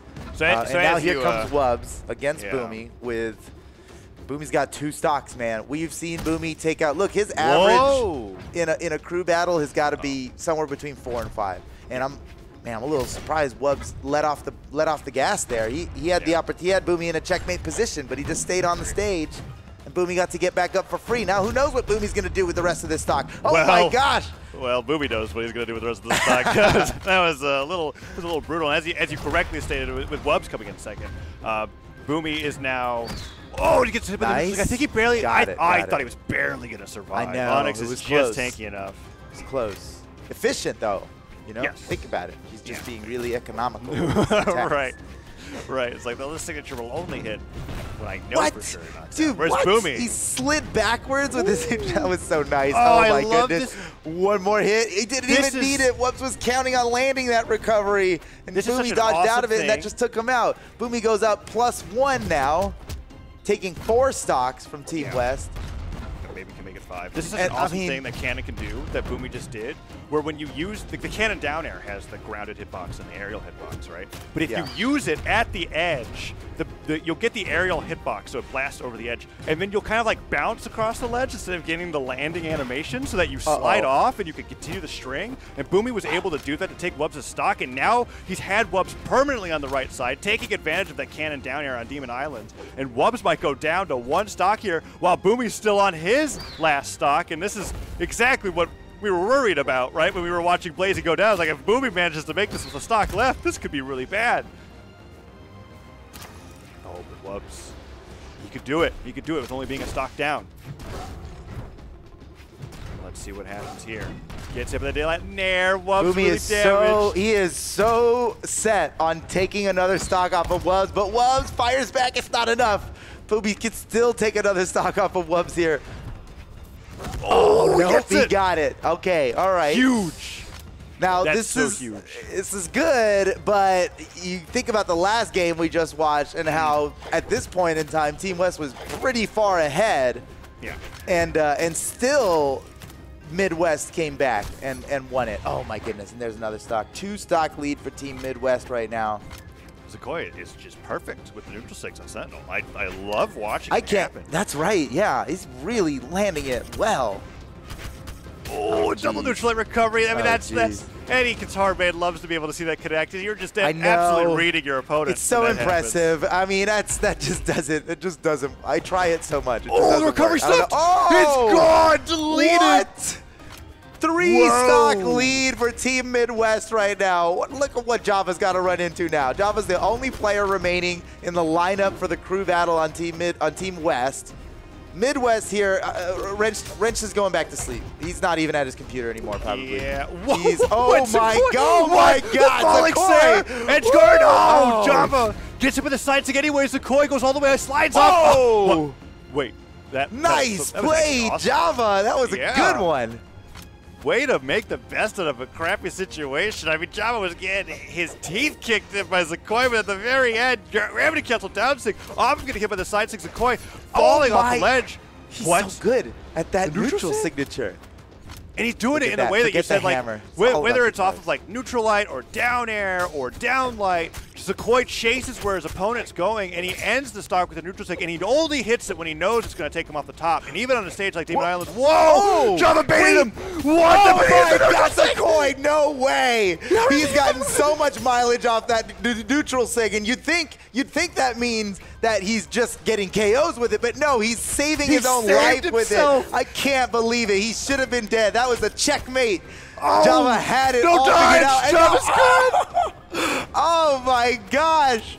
This is unprecedented. Zacoi is popping off so hard in this crew battle. Oh no, Java's going to go down with only taking one stock. Oh, this down again. Somebody spikes him off the bottom of the stage photo. That's one for the highlight reel. Oh my gosh. Let's go, Team Midwest. That was hype. What a crew battle. They are the kings of the crew battle. We know this. Holy cow. Zacoi did half the damage of Boomie, but took more stocks. Let's watch this Zacoi highlight reel. Oh Look at that. But wait, this last kill is nutty. Wait, that's not the last kill. This is just this is actually kill. I think this is a Java. This is down sig. Oh yeah. Beautiful play by Java there. Java, breath of life, and then Zacoi was like, nah, you only get one. You only get one.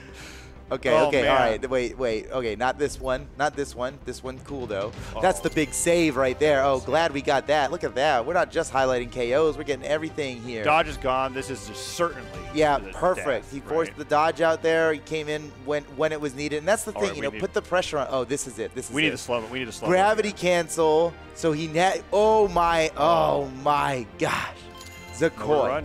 The down sig on Sentinel can be used to spike if you are perfectly precise with it. It's barely works that way. It's so hard to land it like that. Look at that. Wrenched, 0 damage. They didn't even take a chill pill, Wrenched. I mean, you did what you needed to do last game. 56% signature accuracy for Zacoi. He went right back to bed, dude. He knew his team had it all figured out. Holy cow, what a great set from Team Midwest in the crew battles. So that's round 1 going to Team Midwest. Coming up next, we've got the 2v2 portion of this round, of this match.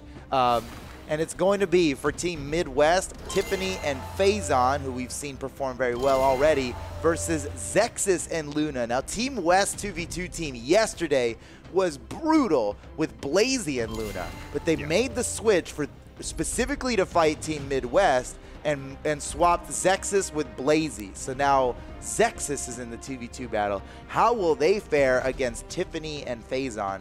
I'm not sure. I'm not sure either. And I'm really curious how this is going to play out, because once we looked at it and we talked about it, I was like, okay, Team West actually is trying to take Team Midwest in the crew battle. And it almost worked. Yeah. And then Zacoi was looking was insane. Well, I mean, that first game, Team West came in with the biggest lead that anybody's ever had against Midwest in a crew battle. Yeah. And then Wrenched came in and, like, surprise, Wrenched is still really awesome at this game, even though we haven't seen him fight very much in the Pro Series because his team's got it so locked down. But he totally clutched it. That's so awesome. As soon as he shows up, he absolutely shreds. So here we go into the 2v2, ladies and gentlemen. It's a best-of-5 between Team Midwest, Tiffany and Phazon, versus Team West, Luna and Zexis. Let's see how this goes. Yes, Phazon opening up with the Val, Luna, Taros, Tiffany on Barbara, going against Zexis on the Prince. So much axe going to be exchanged here, but Phazon on the Val that we're so used to seeing play. It's a favorite of mine. I'm not so sure I can say a fan favorite, but I know I'm very happy to see Phazon. I mean, we all know Val's a big flavor right now. Yeah. But Phazon, look, Phazon was playing Val before anybody, before it was cool. So he gets a pass. He's OG Val. That's true. I guess the fan favorite for Phazon would be Jiro if it was going to be anything. That's true. Yeah, that is the fan favorite for Phazon. We can all agree there. Yeah, but here we go into game number 1 of this best of 5 for the 2v2. West has to win it to bring it to the tiebreaker, in which then I really do think it's anybody's game. We've seen that that's where Team Midwest has been the most vulnerable, is in the 2v2 and tiebreaker sections, as I think they remain undefeated when it comes to tie game right now. They've traded 1 for 1 here. Luna with 3 and Tiffany with 3. Tiffany without a weapon, desperately trying not to get hit. Dealing with it just fine. They're hunting down Luna. Wait a second. Oh, Tiffany slapping Luna off the side. They're looking for the kill onto Luna. There's too many bodies in the way. Tiffany can't throw the weapon down there. Whoa, Zexis got a nice grounded downer on the platform. Ends up hitting Tiffany. Can they take Tiffany's stock here before Luna goes down? Man, Phazon almost goes down to 1 stock. There goes Tiff. Let's see if Zexis can even this up. Side air forces the jump. Oh, I thought they were going to team combo for sure, but they just barely didn't get the starter. Luna hits the wrong way. Phazon pressuring Luna. Watch out for Phazon, because he's real damaged here, and Zexis too. Zexis and Phazon. They're the. Wait a second. Whoa, a little bit of friendly fire team combo stuff there. Yeah. Phazon's down to his final stock. It is rare to see Phazon being the lowest stock count in a 2v2 match. He's very consistently a stock tank. Yep. But. Yep. Now, how's that going to affect his gameplay? You know, is he going to be more cautious now? I think it looks like he's starting to let Tiffany take the lead. Oh, here he comes, right? With the support as soon as he needs it. Again. Oh, let's keep going. Oh, he's charged all the way. No. And Luna was like, no, you're not allowed to do that. Oh, that would have been so crazy if they slid into it, though. I've seen it. I would have put it past anybody to accidentally fall into that. I agree with Tiffany's follow-up attempt there. That was... Oh, Phazon coming in to interrupt the true combo that was happening on Tiffany before it was too late. But Tiffany gets knocked out anyway, down to her last stock. Whoa, Luna's the only person with the again. Wait, that was so cool. Before the move could finish. Luna did a hammer recovery, and then Zexis caught them out of the hammer recovery with the neutral sig. That was very neat. Okay, and there goes Luna's stock. This is anyone's game here. You look at the health. Everybody's on their final stock. But look at Zexis, who's like 1 hit away from death. Luna with the save.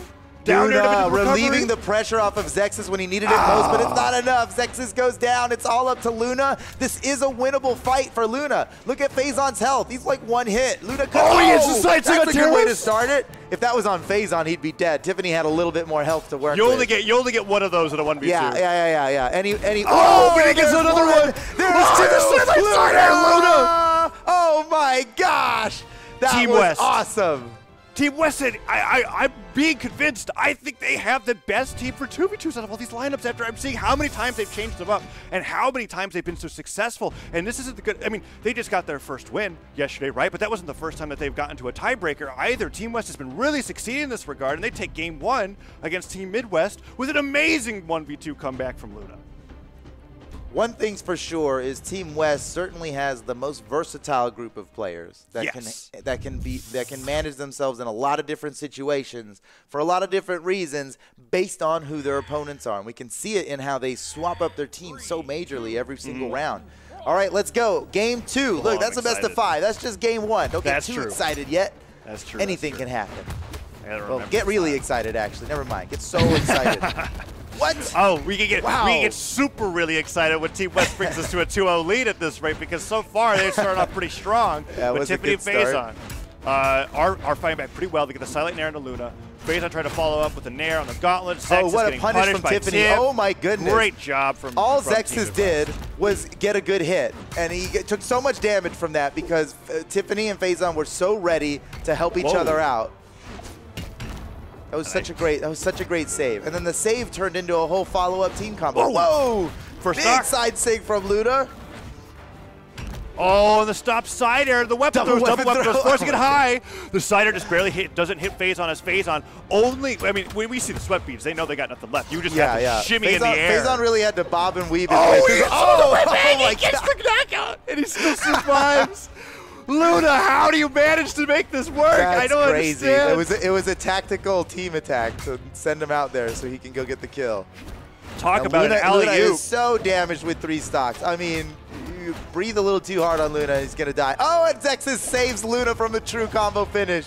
but he goes down immediately after. Whoa, Zexis. Zexis, Oh my jumps. God, Zexis is in trouble. That's it. Phazon scores the KO before Luna can even come down there and help. They got the double edge guard going on Luna. Luna scores the KO. Is he going to get a double knockout? That was he gets like the recovery of the ground pound. The double recovery. No jumps. No way. Oh, he was one still going. hit away, and Phazon's only remaining option was that single dodge that got him out of it just in time. Unbelievable. Unbelievable. Luna managed to get the revenge knockout and almost then some on the Phazon. I mean, that's still a ton of damage going on to Phazon to second stock, as it's now 3 stocks to 3. Zexis and Tiff are now the weak links on both teams, but we saw before Luna could take the 1v2, so the Team Midwest really has to watch this last stock. Here's Phazon gets scooped off the top. Luna goes flying. Oh, what's going to happen here with Tiff? Tiff has taken a decent amount of damage, but they're not out of the game yet.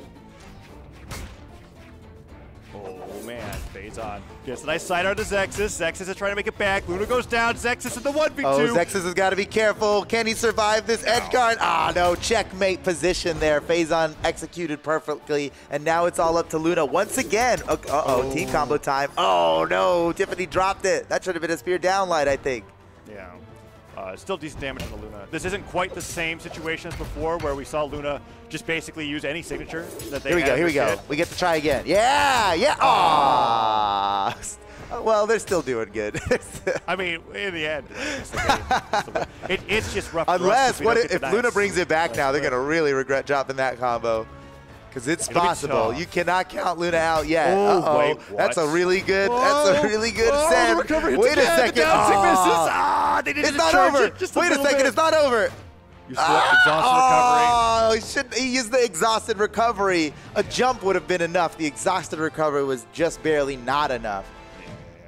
All right, sets tied up 1-1 now as Team Midwest takes the game. Dude, this was wild. This part of the that got so insane. There was so much more insanity that happened after that. Yeah, that was. Holy cow! And there's the checkmate on Zexis, and then, oh, Phazon mistimed.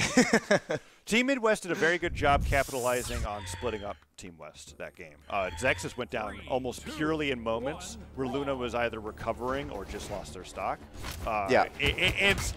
That really I mean, I think that just got them to a point where they were able to win the game, because we got in a similar situation as game 1. It's just they didn't take as much damage, so the 1v2 was a lot easier to close out.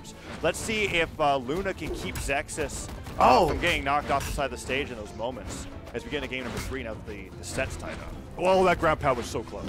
Tiffany and Phazon just freestyled a combo that I think might have just glazed over. I think a lot of people might have just glazed over. It didn't even look like much, but it was 4 hits and ended up doing a lot of damage. And just in the midst, like totally not a rehearsed thing. Yeah, we've seen the 2v1 combos, but that was just like, you know, back and forth. Zexis goes down pretty quick. That's an early stock. Not good for Team West, but they can bring it back. It's not too bad. Meanwhile, Tiffany very damaged here. Nice team combo. Oh, interrupted before Tiffany could finish the neutral light. Phazon was so prepared to follow up with a fully charged signature. That probably would have led to a kill. Man, both of these teams have been great at saving each other's teammates. Ooh, Phazon has no jumps left. He's got to dodge. That's it. Oh, Tiffany relieving the pressure again with the saves, man. These guys are so good at that. Absolutely. Luna goes down. Zex is super damaged. Phazon now, as you said, traditionally playing the stock tank, really living up to it in game number 3. Luna fighting back, though, taking advantage of Tiffany being in a vulnerable position. And Zexis just barely avoids getting hit with a side stick. And now we've got Luna really putting work, and Tiffany's taking so much damage that she got out of the second stock, and that side stick nearly takes her out. Wow. Phazon's still got 3 stocks. Oh. And he takes another one. Oh, my goodness. He's taking every stock so far on the screen. Oh, and he does not want to even get hit again. Okay, Zexis scores the downlight, but it's still not enough to kill Phazon. What's going to kill this man? He's still going. Oh, man. Surely that's enough. Okay. He was so damaged. They got to take Tiffany down here. He's got to be careful. They got him. Yep. Did just what you ordered, right? You wanted the breadsticks? They got you. Oh, right there. Unlimited breadsticks, actually. Oh, yeah, nice follow-up from Zexis. What were you saying? You're watching Midwest. It's always unlimited breadsticks.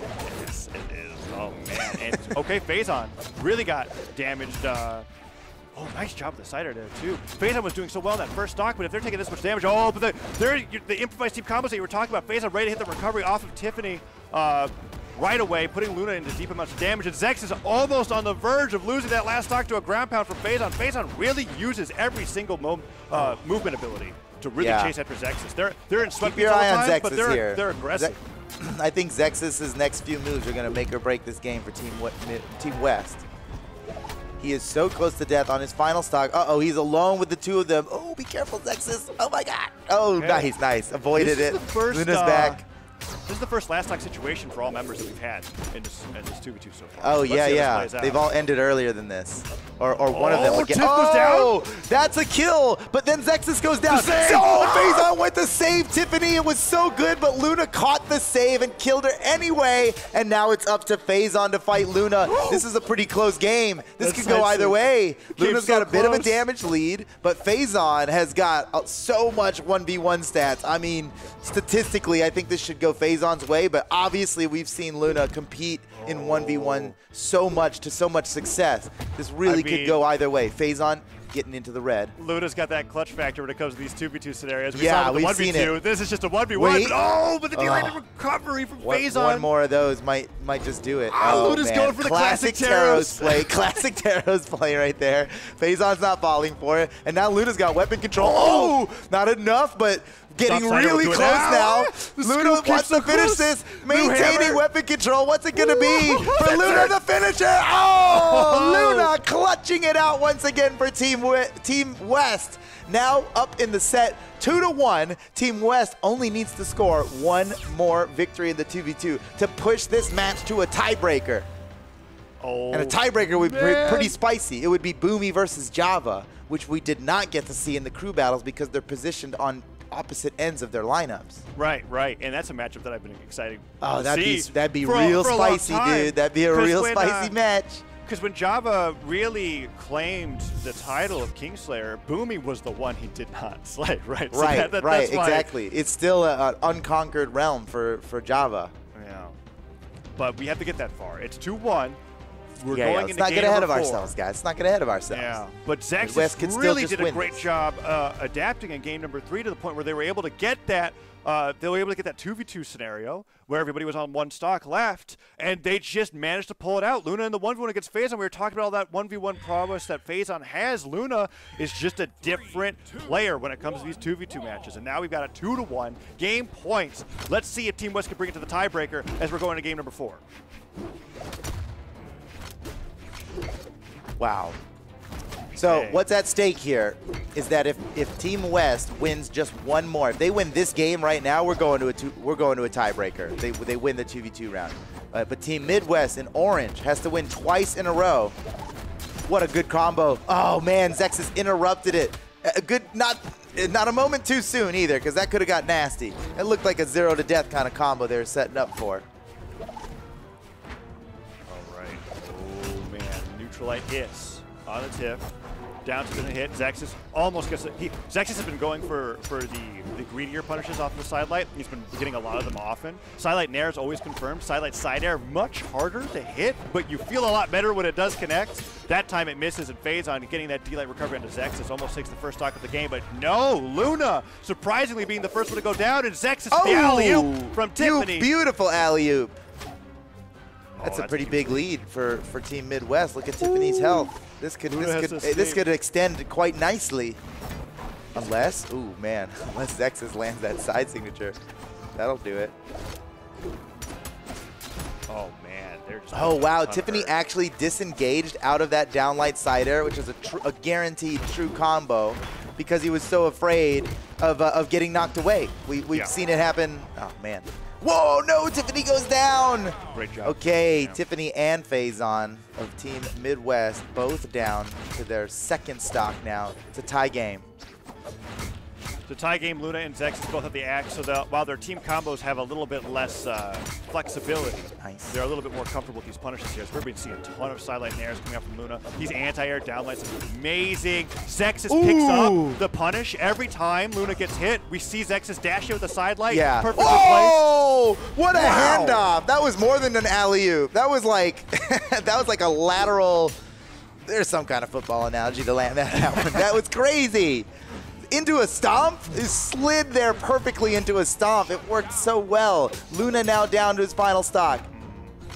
Zexis could follow shortly afterwards. Phazon's been great with these edge guards, but no, Zexis turns it around. He gets a grab on Zexis. First time we've seen them get the upper hand on Phazon off stage, and Luna getting a two-hit. Team West has the opportunity now. Nice punish by Tiffany. Oh, and then slap Zexis off the side. It's an even game. Everybody is down to their last stock, and the health is completely equal. Oh, man. This is spicy. Team West wins this. We're going to a tiebreaker, guys. Okay, Luna's really getting hunted down by Phazon. On the way back down, Luna gets it down her, tries to go for a second one. Accidental pummel coming up from Phazon on the tip, and the weapon knocked out Tiff's hand, but she picks up a new axe. Phazon. Tiffany is very damaged right now, but so is Luna. This could go either way. Zexis is really the only one that's been avoiding damage, and there's that Starlight slider I was talking about. That's how Tiffany barely alive. How can she survive? Yes. Phazon relieves the pressure just in time. Luna make it back. Oh, he gets the recovery. The exhaustive recovery catching Phazon off guard. The neutral six disarms Phazon. Oh, Tiffany gets the kill. It's all up to Zexis. Team combo. Oh, man. This is winnable for Zexis. Look at their health. Ah, but they have no jumps left. They have to dodge back to the stage, and Phazon's so good at the down. Oh, no, they didn't make it back. Oh, this is crazy. Oh, Zexis, he's got to clutch this. He gets him there. Does he get the recovery? Even a ground pound, anything on Tiff. So put much. It into a 1v2. Oh, he lost his weapon. Oh, that might be losing the weapon here. It really stinks. Tough. But he's still alive. The platform working in his favor, but the recovery from Tiff will take Zexis off the top, and they bring it to a Game 5. Game 5. Holy cow, that was a wild ride, man. That was a roller coaster of a match. Yes, it was. I am so ready for Game 5 between these two teams, and I'm being a little selfish. I really want to see him bring it to this tiebreaker, so I'm going to be rooting for Team West a little bit. But you know what? This just a little bit. Hey, we all want to see a tiebreaker, guys.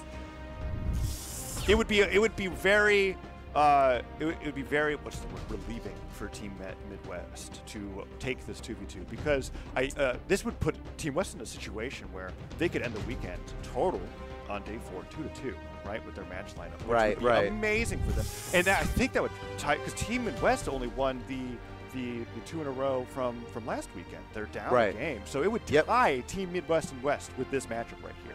And that'd be crazy, unreal for anybody looking at the seeds, right? That'd be a mega upset for Team West to win this. So we're in a very spicy situation when it comes to how the matches have been playing out with all the teams in the Pro Series. So really big opportunity to prevent that risk from occurring for Team Midwest. Take this game, and you don't have to worry about it anymore. You win 2-0, you put Team West in their place, you say that's why we're seeded top 2, and you move out of the weekend 3-1. But Team West is looking really strong, and if we go back to Mammoth Fortress again, it's anybody's game. I gotta say, I mean, I imagine even if this does go to a tiebreaker, Boomie is not worried. You think so? I can only imagine. Well, maybe deep on the inside, but I'm sure he's like, lol, no problem, let's go. Yeah. But maybe on the inside he's a little worried. Maybe. Well, it's tough to say. I don't know. You never know, man.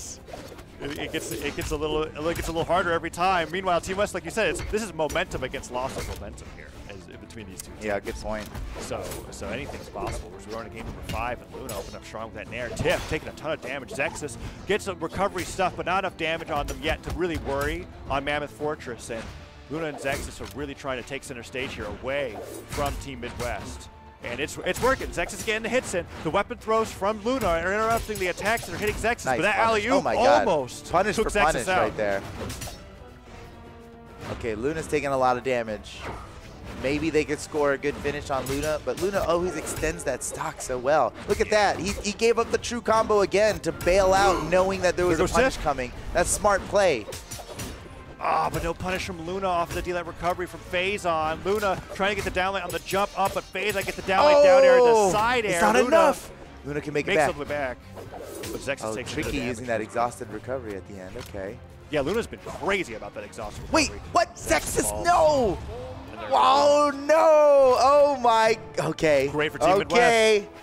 Midwest might just shut this down without having to go to a tiebreaker here, as Phazon has a stock lead compared to everybody else on the field.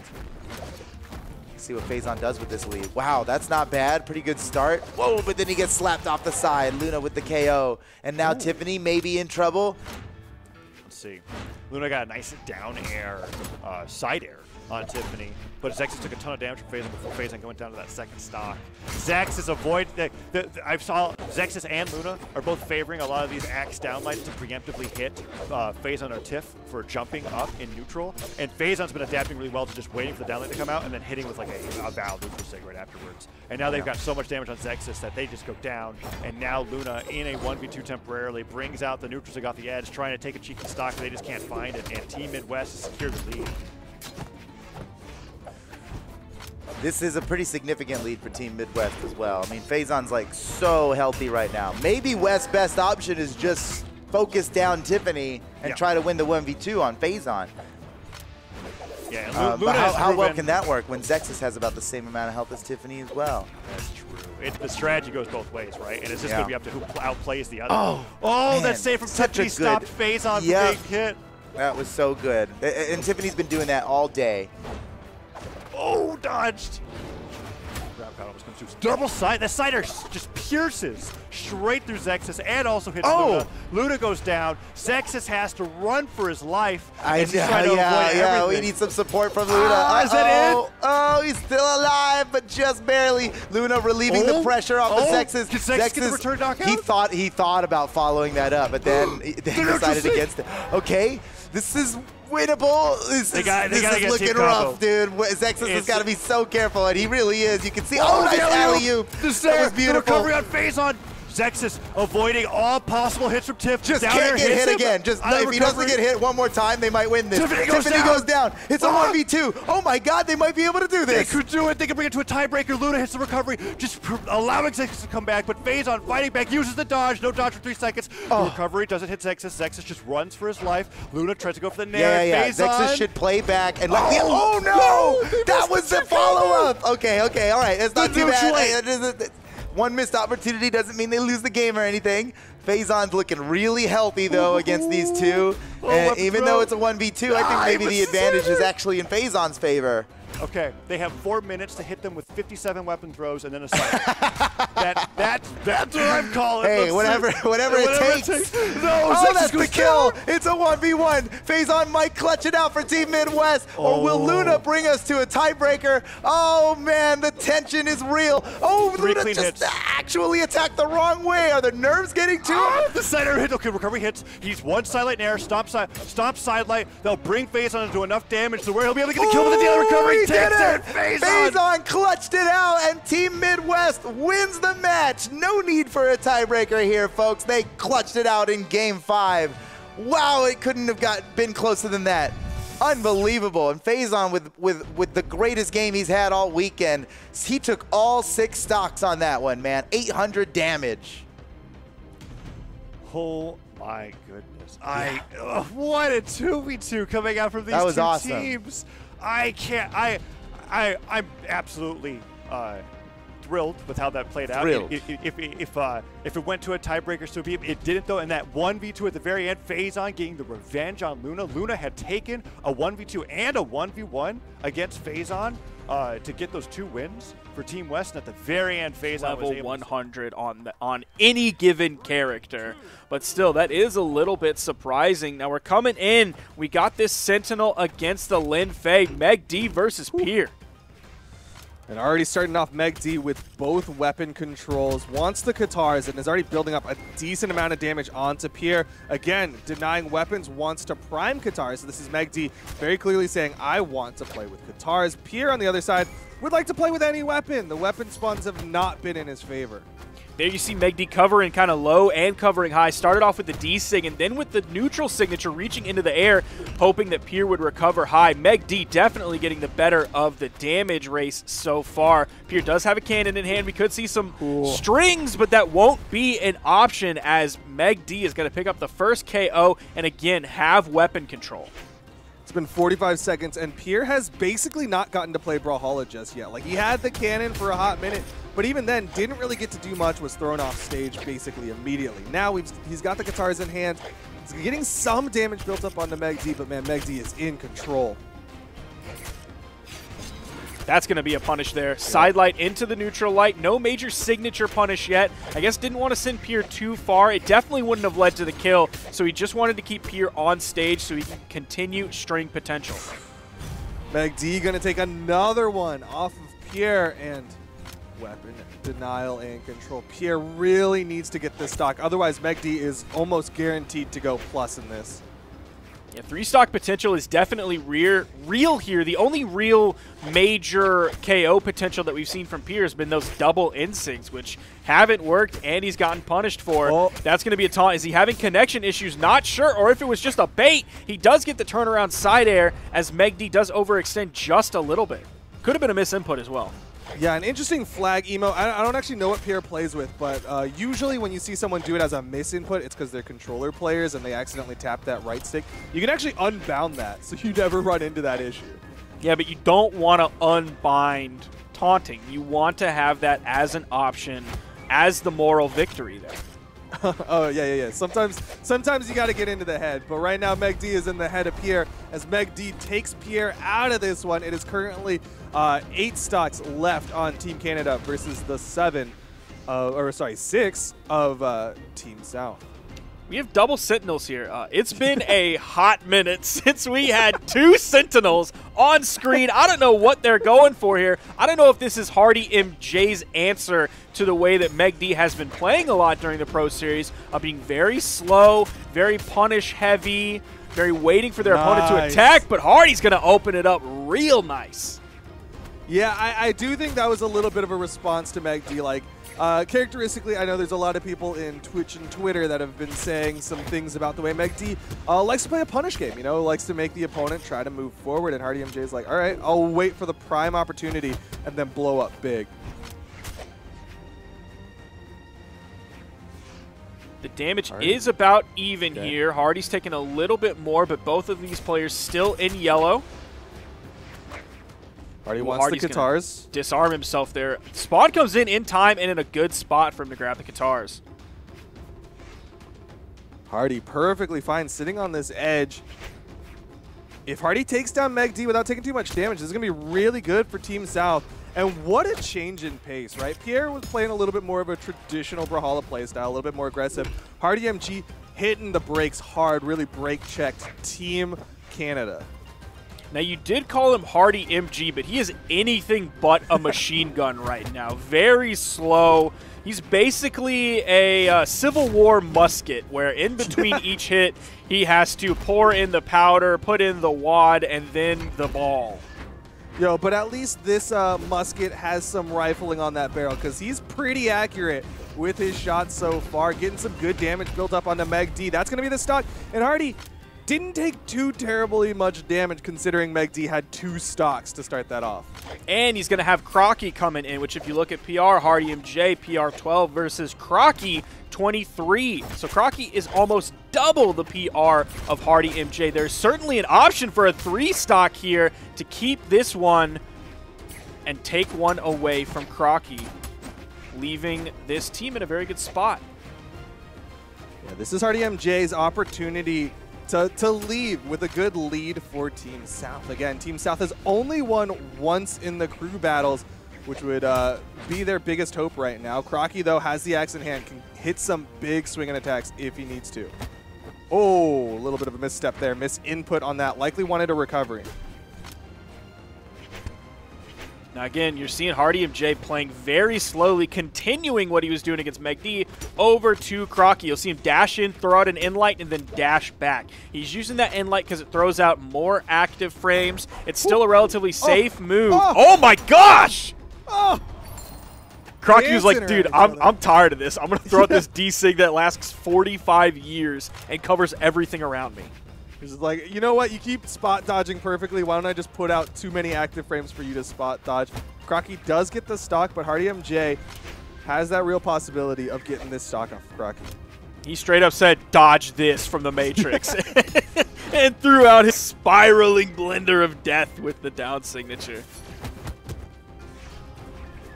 Gonna back up, pick up another spear. This is Crockie's weapon of choice, known for his spear play. Good spot dodge from Crockie. Man, both of these guys are so good at their spot dodge.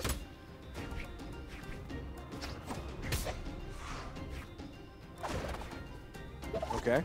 Oh! Low for it, but is gonna get punished. Yeah, that's the risk with that one. He put out the ground pound, put a little bit of a hitbox, went low, and was expecting HardyMJ to back off, but Hardy was like, no, that just means I have to do one button, and you're out of there.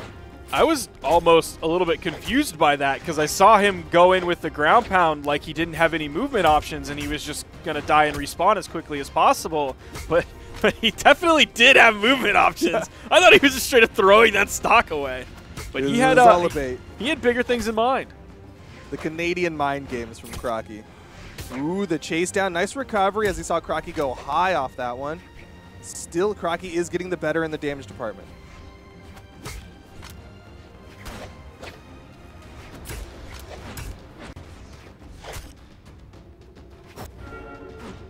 Punish, nice. HardyMJ waiting out the neutral light.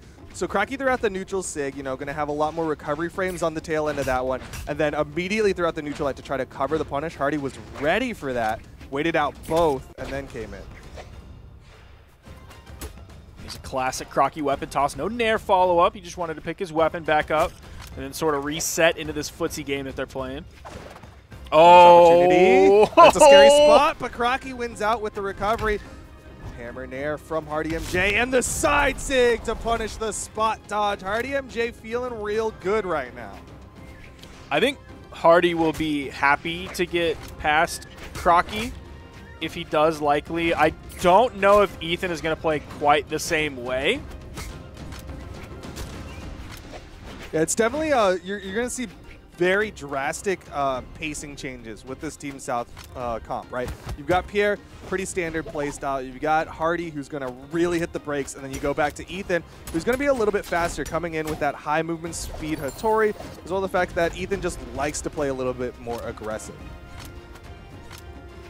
There is still a very real chance for Crockie to take out Hardy here. That would be a big win for this team.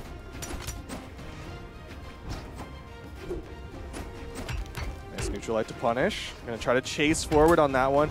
Crockie disarmed, but still able to pick up the spear. It's the weapon toss.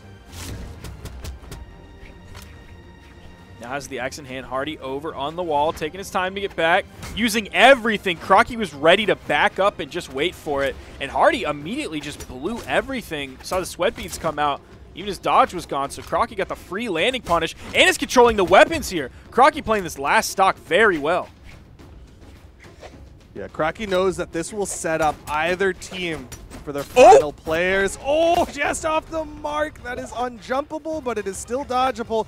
HardyMJ missing the Sair, though. Both of them still in the red. Crockie trying to whittle down with these pokes. Hardy, weapon control. Neutral sig, not enough to take the stock off. Oh! Crockie! Oh, that barely even sent off screen. He's going to have to do more damage. Sentinel a little bit higher on the defense. Crockie! Great weapon toss. Oh, he touched. Crockie! Weapon tosses from Crockie, and he's going to shut down HardyMJ. Can he get the extra credit? No extra credit. Literally no extra credit, but man, he took out HardyMJ. Congratulations, Crockie. Good work on that one. Didn't even find the extra credit question, but it's Ethan versus Cosolix, a straight 1v1. And historically, of late, I want to say it leans a little bit Cosolix favored.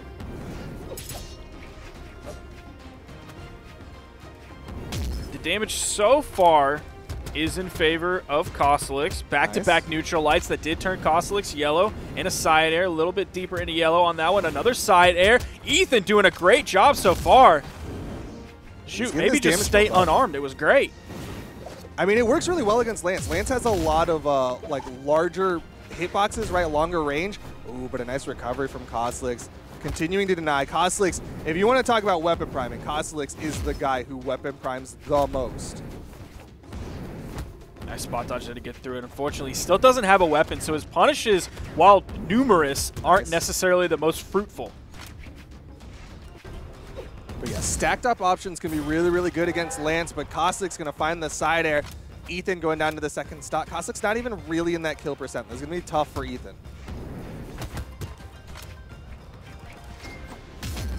Good dash dodge from Cosolix and read the jump up from Ethan. Extra damage. Ethan has Cosolix without a weapon. Spawn comes in. It's on the left side. Ethan going for the other direction read. That is a regular read he does out of the side light. He'll go for the D-light the other direction. He'll also go for the side light the other direction. Gets the stock. Also going to have weapon control here. Spawn comes in. Cosolix grabs it. It is an axe. Ethan doing some good damage so far. Almost has the lead here despite being behind. Yeah, Ethan's ability to hit like a neutral light, just poke the opponent and then pick correctly on where to dash forward or backwards. It's working really, really well, but Cosolix is still, he's just trading out slightly more effectively. That high defense plus a lot of good damage on the Lance.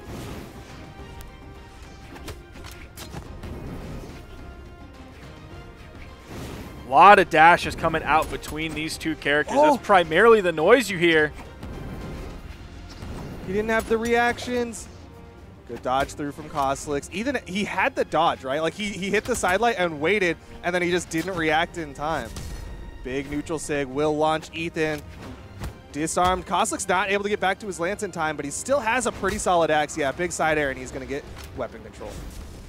So I like the neutral sigs that we're seeing come out from Cosolix. He is going to take another stock, but before, Ethan was covering a lot of his landings where Cosolix might normally go for a side light and then a follow-up after that. Ethan was covering with a 45-degree weapon toss and then landing and picking it back up. Ethan's going to keep this one even. So to get past that, you saw those neutral sigs coming out. And like the first one hit because Ethan was expecting to toss his weapon to cover the side light landing punish. Yeah, Ethan not doing the best when he gets caught up in that juggle. When he's on the ground, his dashing can work so well, but man, when he starts getting stuck in the air, Cosolix is getting the better of him. Nice pokes coming out from Ethan. Got the movement with the double downlight, that extra 15 damage.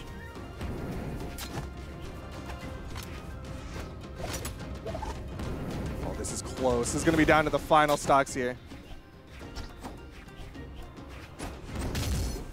There's the punish and another neutral signature from Cosolix. Ethan's in trouble. Here's the weapon spawn. Picks it up and able to dodge, but a side light side air. Ethan's in trouble. Good dodge. Gets through the neutral signature. There's a side light, D-light. He goes for the big play there. Wanted it. We'll see if that was the right choice. It doesn't seem like that was the right choice. It's going to be Cosolix coming in. Pretty even damage numbers across the board for Cosolix, Crockie, and megD. 591, 590, and 655. On the other side, HardyMJ putting out the big numbers. 853 damage done, 733 taken. It was really HardyMJ who was that pivot point, and we went into a very clean 1v1 for the final stocks, final players. But unfortunately, it was Team Canada to win game number 1. Again, it's a best of 3 in these crew battles. So if Team Canada wins this next one, they win the crew battles portion, and we go straight to the 2v2s. Hardy with the good work. There's the side air that ended Ethan's final stock. I believe we're going to see some beautiful stats coming up. There you see it, the global stats for this team so far. You see that 853 damage. He also took 734. I'm going to have to pull up the calculator and do the math on that. 734 divided by his 3 stocks. 244 and 2/3 repeating. That's incredible. Yeah, that's great damage per stock. And again, that was why HardyMJ was able to bring it back. He was going up. The Team Canada was up +2, and HardyMJ brought it to even, which is really good, basically taking 5. On the other side, though, Team Canada, they're just good. They're consistent. They just got to keep playing their game, and we could see them going home with the victory. Interesting that megD, with a 0% signature accuracy, did not hit a single sig. Maybe didn't throw out any. I'm trying to remember. No, it'll say NA if they didn't throw out any. He just misses sigs. Did he really not hit any? All the ones that hit that I'm thinking of must have been Hardy's.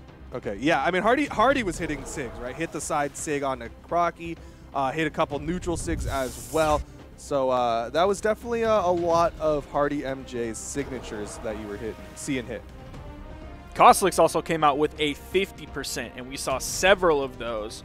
I think he hit 2 N-Sigs and then maybe missed 2 N-Sigs. I don't remember any other ones coming out other than the neutral sig. Yeah, actually trying to remember if he threw out any sides or downs, and I can't think of one. But right now we're getting into game number 2, Team Canada versus Team South. Likely looking for a map that's just a good all-rounder. Generally leans in favor of Mammoth, Apocalypse, and Demon Island, and it looks like it's going to be Demon Island for game number 2 of the crew battles between Team Canada and Team South. Man, Hardy is coming in with deck stance as well, so he's taking out of defense. With 6 defense, he almost took, on average, 250 damage per stock. That's incredible. That's some of the best I think I've ever seen. Yeah, that's really impressive stock extension. But coming into this one, Pier doing much better. Likely had a little bit of a wake-up call on that one. Knows that if he can put out some good damage, maybe go even with megD, then that's going to set his team up big for HardyMJ. He might have to lean on the cannon if the rest of the game is reflective of this one. He throws it away, so his next weapon pickup is going to be the Katars. Going Katar v Katar against megD. Pretty scary, but he's handling it. Nice ground pound. megD did get the wall touch, so Pier knows to be in position, but doesn't need to do it. megD gonna fall. Pier with plenty of health to play in this one. What an adjustment.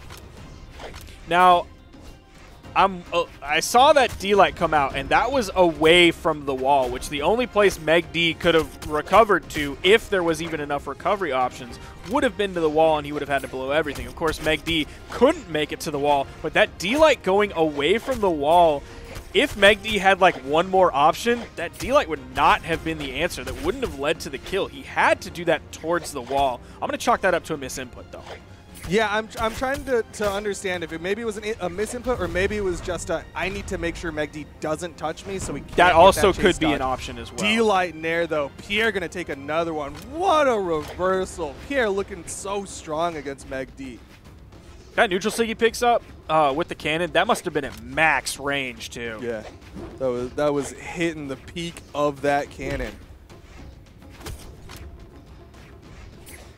megD going to try to slow this down a little bit here. Wants to make sure that Pier can't get the guaranteed plus. Side sig will launch. Side air will finish off that first stock of Pier. He's going to take that stock and also make sure that he doesn't have 0% signature accuracy because he did at least hit that side signature this time. Honestly, that's the most important stat right there is that signature accuracy. Dash movement Pier. Trying to use a weapon toss to open up megD. Again, megD kind of known for that that slower play style, forcing people to make those approaches.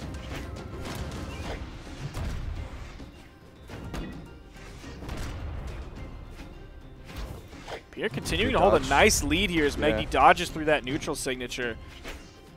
Trying to control the ground. Neutral airs very airborne. Recovery's very airborne as well, and then you immediately retreat back to the ground. That neutral sig hitting again. There's the side air. Going to put megD off stage, tossing the weapon very high, picking up the Katars, even throwing that fire breath down over the corner. Yeah, went for the Spitfire there. Didn't quite work out as megD was high, but Pier just trying to put out some threats. Just make megD think about what Pier is going to go for. Weapon does get denied, and megD, with the weapon control, is backing away from Pier's unarmed.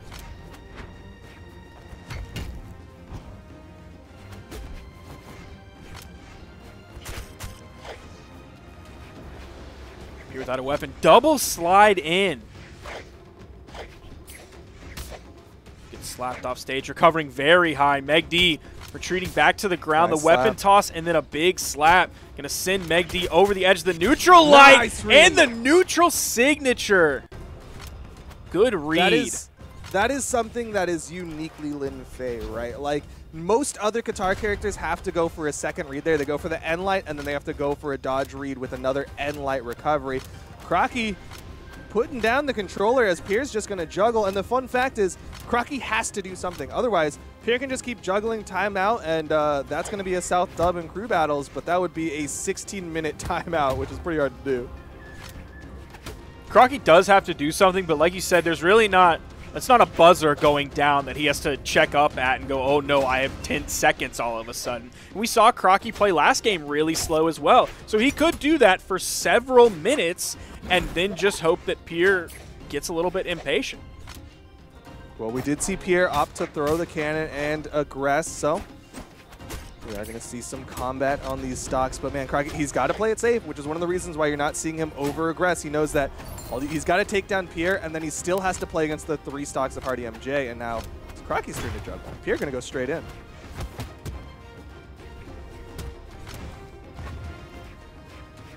Ooh, he's able to get to that weapon spawn. That one helped him out as he was moving to the right side of the stage to avoid Pier's pressure incoming from the cannon. Nice There's the classic Crockie. That's what we love to see, that weapon toss into the Nair. This time it was a neutral light as he didn't pick up his weapon, landing completely stacked on the Pier. Yo, but things are starting to look rough for Crockie, already in the red on this first stock. Nice delay recovery, getting some good damage.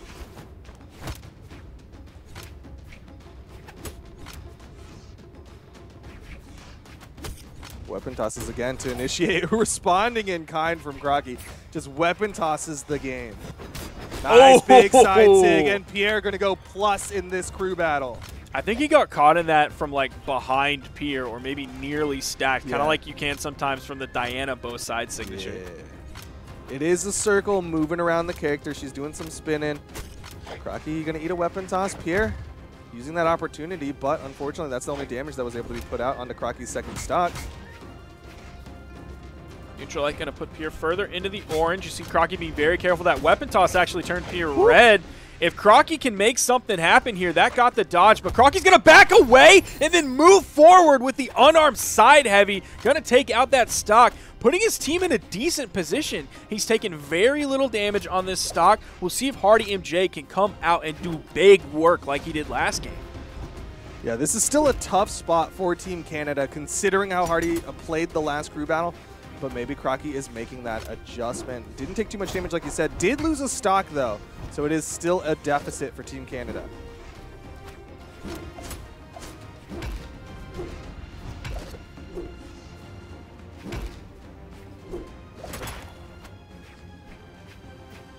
Hardy playing a little more aggressive in this one. Knows that his team has the advantage, so he's starting to try to push it. Man, there's so many weapon tosses. Yeah. That's like the only thing that is coming out from these players. Yet another weapon toss from Crockie. It's such a momentum stopper. Like if you try to dash forward and you just eat a weapon toss to the face, you just have to think about that one. But still, Crockie is now unarmed. Does pick up the spear off that neutral air. He's immediately weapon toss again.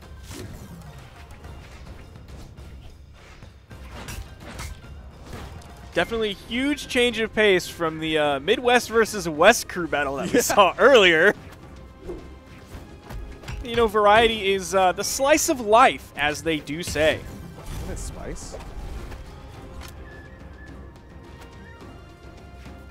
Isn't it? What? Isn't it the spice of life? That's what I said. Sig. Oh, I thought you said slice. No. Like a pizza slice. Side sig from Crockie, though, does take down a stock from HardyMJ. So you're not going to see those big numbers that we saw in the last crew battle, but still, HardyMJ doing good work, making sure that his team stays up for that potential W over Cosolix. I think HardyMJ might be thinking that, like, hey, I need to at least put some damage onto Cosolix so we can go up Ethan versus Cosolix. Crockie backing up, throws a neutral air, backs up again. Another neutral air. Nice weapon toss pogo.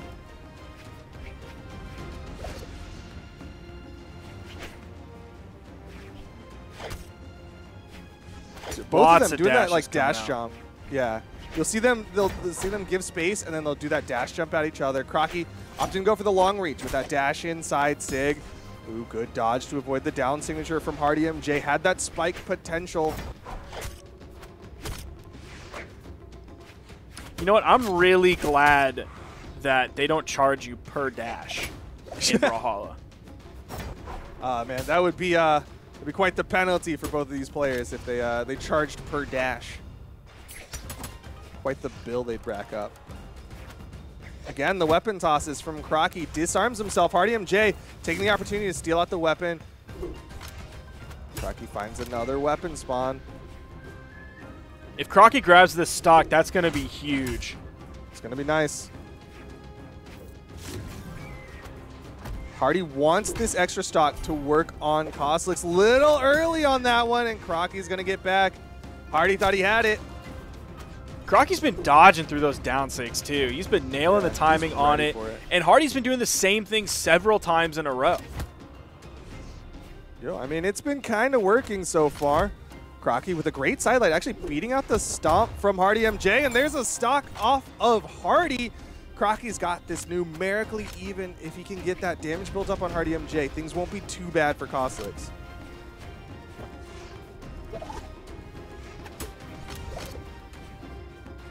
He's going to go for the DC again. No, he's just kind of backing up. Doesn't have a true option here now that Hardy has the Katars in his hands. He can go for a raw signature. He can hope to get a D-Light recovery or an N-Light recovery, or maybe just waiting for the weapon spawn to come in so he has the consistency of hammer. Yep, yeah, there it is. Be it. There's the swap. Neutral light, not going to lead to a knockout. Doesn't even lead to the off-screen for Crockie. Hardy likely looking for, oh, he's looking for a raw 6. I was going to say he's likely looking for the stomp. That's the more consistent knockout tool, but Crockie's, he's doing this right. He's getting this damage. He's just slowly whittling away, but there it is. Stomp into side air, and now HardyMJ, it's on him to get the extra credit for the team. He has to get damage built up onto Cosolix. Otherwise, it's going to be a straight 1v1, and Cosolix won the last one.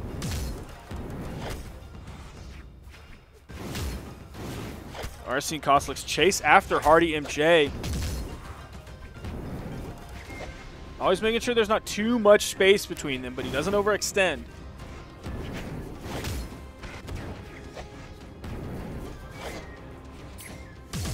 Ooh, that's a burned dodge. To do that gravity cancel sidelight, he had to burn the spot dodge in the air, which means he's got the longer punish window. 2 seconds in the air, 1.5 of him touches, and Cosolix gets the stock. I don't know if that's enough extra credit.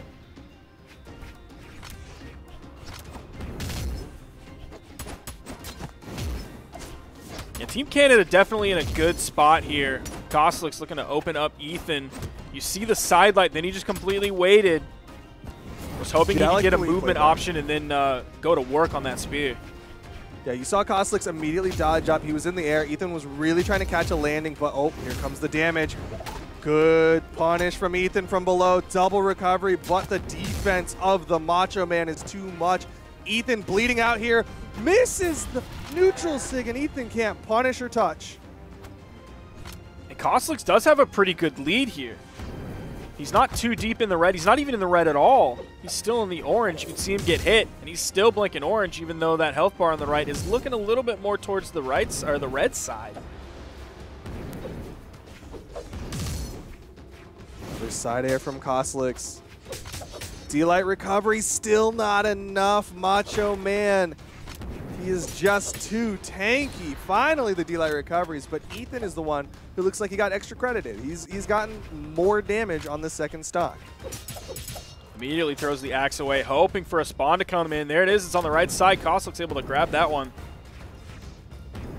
Cosolix kind of knowing how these weapon spawns work. He threw it away and immediately went over to the other side, expecting that weapon spawn, and was ready for it. Didn't get the follow-up there from Ethan.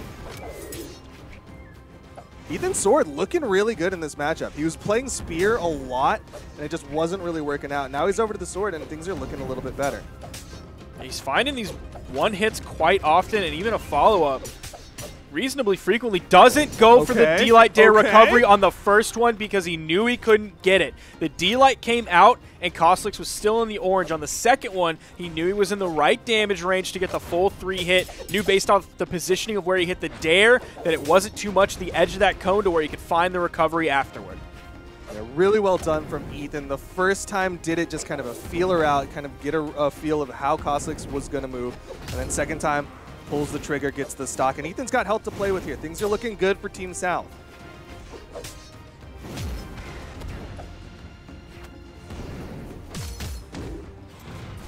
Good spot dodge from Ethan. Goes for the D-Light side air there. Not the optimum damage, but just wanted to steal back some stage. Neutral sig from Cosolix on the wake up will put them into final stocks.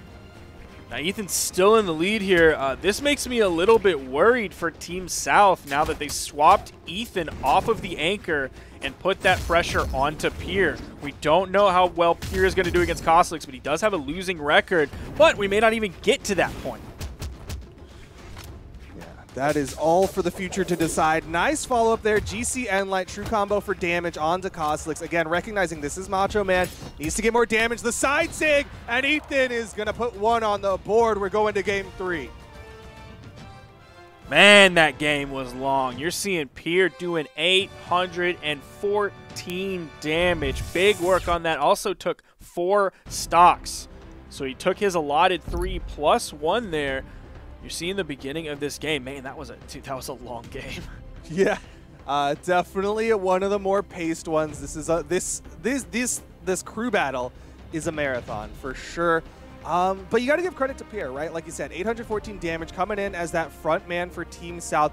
That's what your role is when you're in the front. You want to get your team that early lead. And HardyMJ didn't put out the best numbers, but still he was keeping it close, keeping it even, and a lot of it was just like maintaining that lead that Pier had built. You're seeing those stats up. Cosolix again with 50% signature accuracy. Now you're seeing that NA coming in and Ethan's signature accuracy. It's going to be bottom right. That means he didn't throw out any No, he had a side signatures. sig at the end. He did? Yeah. That was Oh, yeah, he did. Creed. I've not trusted Creed stats several times, ever. and some of those times I have been wrong. So I was trying to lean on those a little bit more, show my good friend Part of the Creed that I support him in his work. But I'm a skeptic every time now. I literally don't believe any of it anymore. Conspiracy theorists about that sig accuracy. Either way, though, the long thoughts being put into this one. This is important, right? Again, Team South has only won one set in the entirety of the North American Pro Series, and it was in a crew battle. So this is their hope to win this crew battle here and put themselves one up. On the other side, Team Canada has won a set in crew battles. They've won 2 in 2v2s. They're feeling okay, but still, you want that W so you don't have to think about even playing for that tiebreaker. This is important. This is kind of a critical spot here for both teams to get that early lead, because again, neither of these teams has won an entire match against another region. Now, the one thing I'm thinking of is for the anchors, let's just say we do have a tiebreaker. They are having to play these long games, which, yeah, you play your part and then you kind of sit down and watch your teammates going. But it's still like the game is a drag, and these long games are going to test some of the endurance of these players. These are like 14.5-minute crew battles. That ain't short. Yeah. And especially in crew battles, like, it's one of those ones where you have to, you as a player on a team, you feel like you have to be on the entire time, right? Like, you can't play your 3 stocks and then just go sit back and, you know, drink some water, drink some tea, go pee, you know? Like, you have to be there for your team.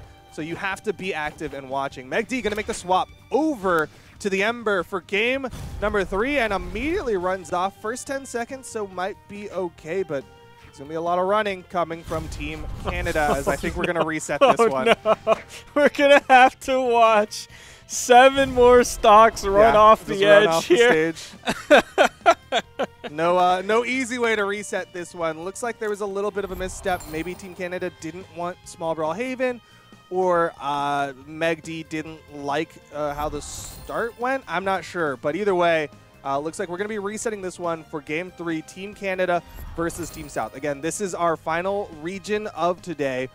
Both of them fighting to try to get a win before next weekend.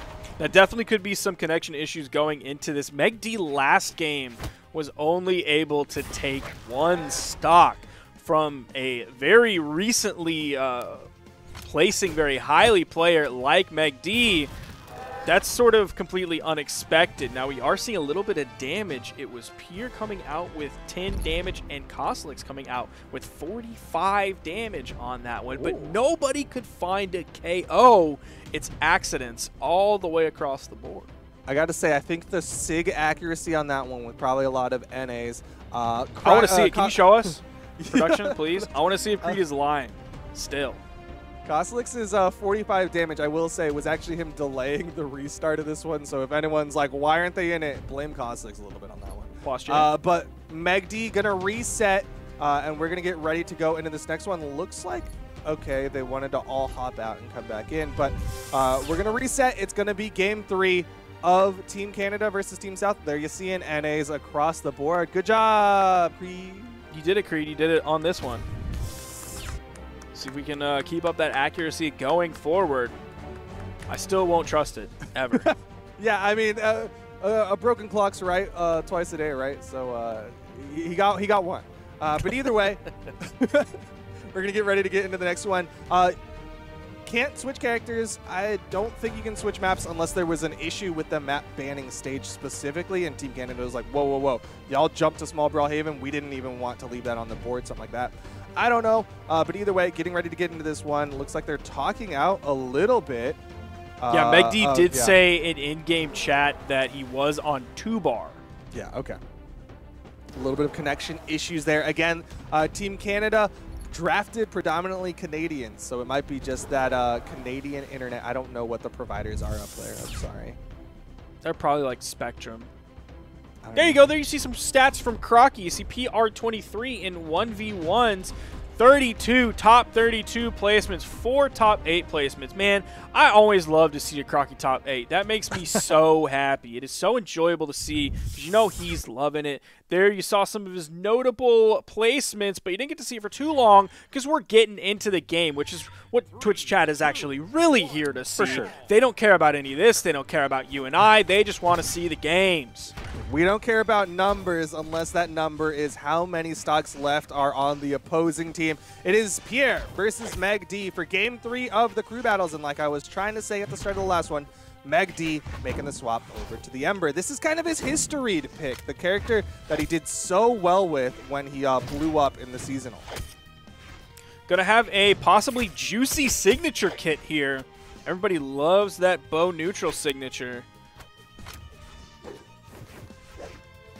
Good positioning from Pier. megD going to swap back to the Katars. Still weapon advantage to megD. And if the first crew battle match was any indication, that's really good for Team Canada. Oh, but Pier putting some pressure out. Good spot dodge to the neutral out of Pier, but a wake up from Pier will immediately turn that around. And he got 2 hits off of it. Got the dare in light instead of just a neutral light.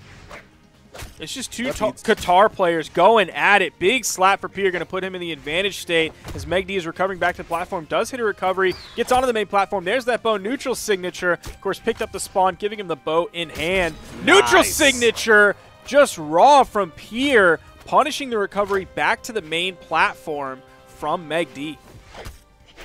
Really well done from Pier, but still, oh man, he is pushing that advantage. Big damage for Pier, getting 4 or 5 hits on that one, continuing it. No response from megD just yet. This is nice for Team South. Went in with that ground pound, too. Really wanted to put that pressure on it. It was very telegraphed, too. That was like a 2017, 2018 wrenched ground pound. Yo, I will say, though, for those Qatar players out there, ground pound does do the most damage per move. So maybe that's what Pier was doing, just trying to get that quick damage. Another recovery comes out in position. Went for a gravity cancel neutral light there. Very interesting option, especially because he was in sweat beats. He didn't have anything to follow that one up. Man, Pier has backed up and run away from 2 of those bow neutral signatures perfectly. He knows that's coming. Because if that was a bow D-light that he was expecting, he wouldn't run away like that because he would get hit. Yeah, man. He is ready for it, and he's spacing it just right. Like, I'm surprised he got underneath that Raven from megD. Neutral light going to give Pier the weapon. The right move from Pier could lead to the knockout, but it is going to be hard. Again, the Qatar is not really a tool to have, like, D-light side air or anything like that. Back-to-back side light, in lights. Putting out some good damage. Bringing the damage differential between these two a little bit closer. Now Pier has the cannon, of course, has the D-Light Nair as the KO option, or the neutral signature. He's been loving that one. A neutral light is going to KO here on the small Brawlhaven. Picked up right over on the right edge of the main platform. That's going to be his KO option. Has a good lead. Nice pickup from megD. Will put Pier off screen, comes back, touches the wall, will reset those jumps. The D-Light actually connecting onto Pier, but megD wasn't ready for it to hit, so couldn't get the follow-up. Oh, that one hit as well, but was interrupted by the weapon toss. Another weapon toss coming out. Another D-Light hitting. Wasn't in the position to pick up the recovery afterward, though. But still, megD, all he needs to do is hit a D-Light, can go for the recovery for the knockout, or just a neutral light, and we're back to even. Game number 3. Pier has to set his team up nice. Now, D-Light into the recovery on the bow will kill like one iteration earlier, but the D-Light into the neutral light is easier to hit, especially if you're not a bow player. It's much easier to hit, and you only have to hit like one more of those for it to still KO. Yeah, it's definitely a nice, consistent tool, D-Light recovery. Just a slightly more optimal knockout tool.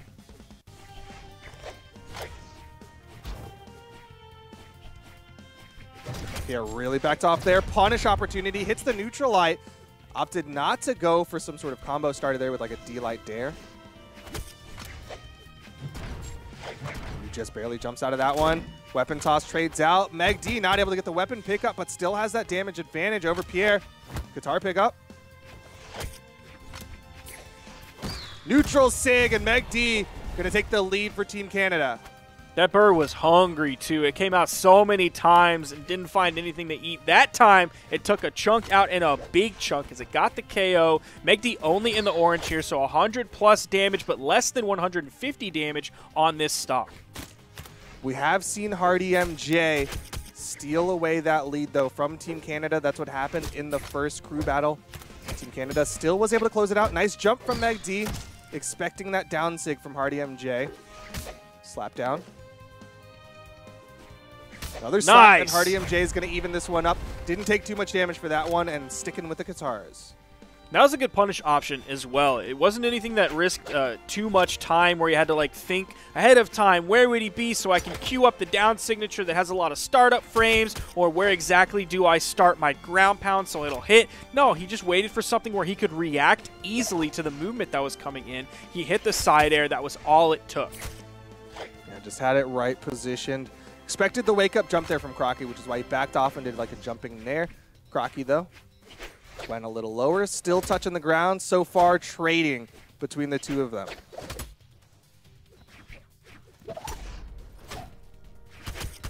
Looking like Lil Capped with that low recovery from Crockie.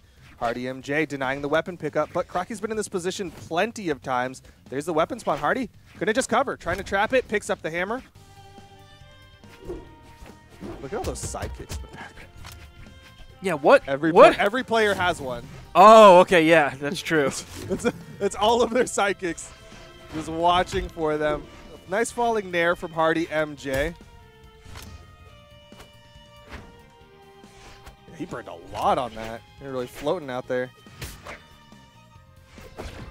Hardy's still behind in terms of damage. Oh, hit the side light, D-Light into the side air, gets the KO. Crockie continuing the lead here. Gonna shift up his weapons just a little bit. Now has the axe in hand.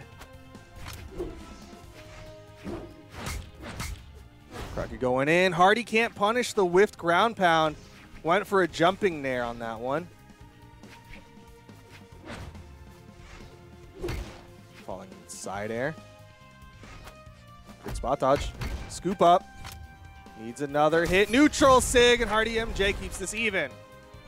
Little by little, HardyMJ is closing that health differential. We'll see if anything changes now that he's not really so far behind. If he'll pick things up just a little bit, because we are on a small map where his weapons will knock out earlier. If he can put maybe some pressure onto Crockie. He's doing a better job this game. He doesn't have that long Demon Island to run around on or any other long stage. Yeah, definitely a lot less space to move around your opponent. But with that, like you're kind of saying, the right side sig could lead to a knockout very quickly on small Brawlhaven. This is one of the smallest maps in the game. Falling weapon toss. Nice pogo.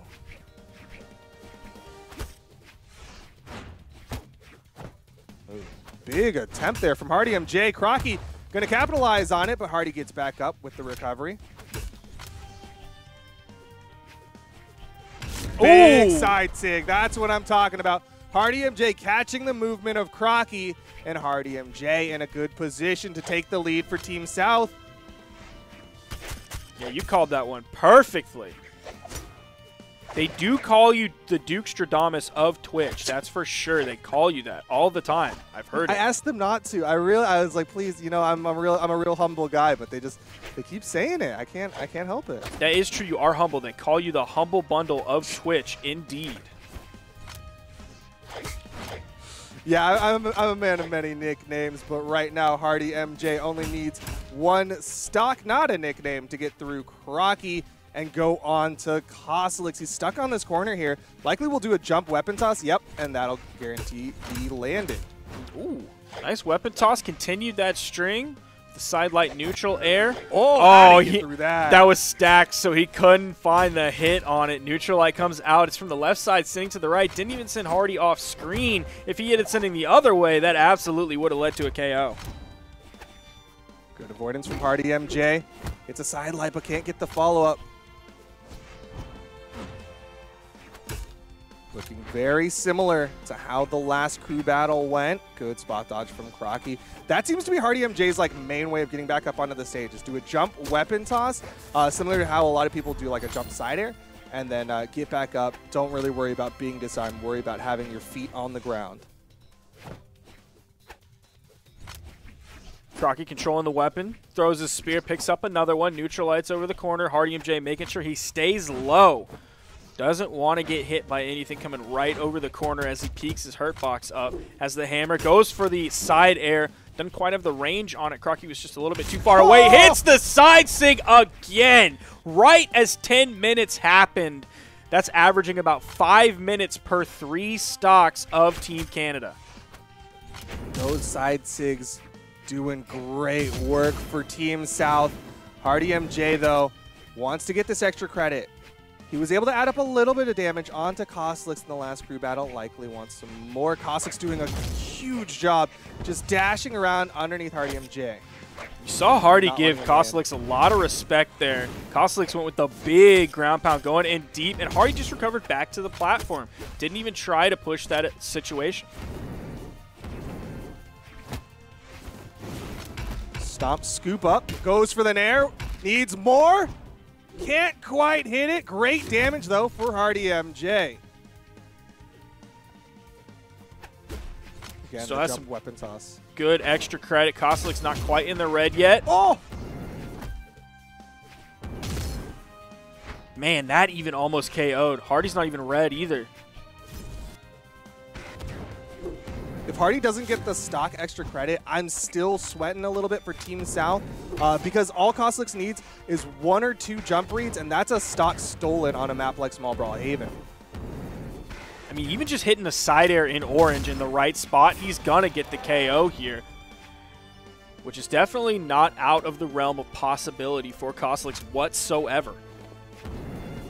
Spot dodge, and he opted to charge the weapon toss. Make sure this weapon spawn is delayed just slightly. Ethan throws out the side sig, doesn't connect. It's not going to be the game-winning option like he got last time. There's the punish from Ethan, and things are looking all right for Team South. Ethan denying weapons and taking note. Wants to stick with the sword in this matchup against Cosolix. Ooh. That was a risky spot dodge right in the face of Cosolix, but Cosolix not able to capitalize.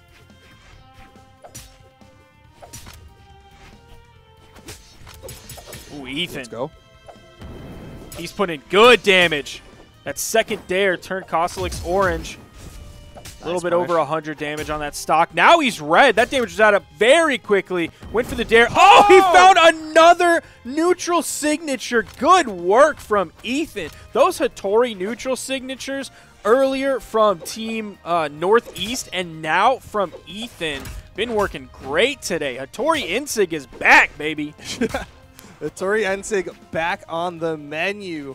Hattori's everywhere crying out in joy, but a side air from Cosolix will at least get this one closer. 2 stocks left for Ethan versus the 1 of Cosolix.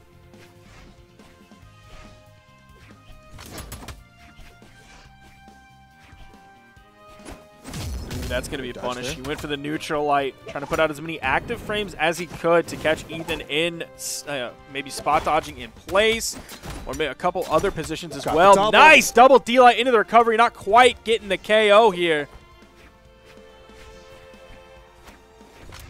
Things looking all right for the South. Cosolix close to that kill percent. It is small Brawlhaven, so that high defense not going to be as great. There it is. Ethan is able to close it out for Team South. They're going to go 1-up over Team Canada for the crew battles.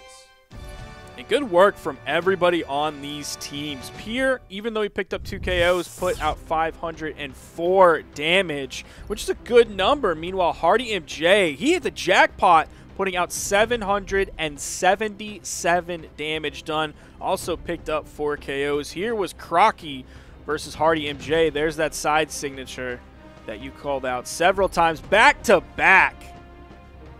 He was hitting those side sigs. Cosolix, though, did a great job bringing it down to final players there.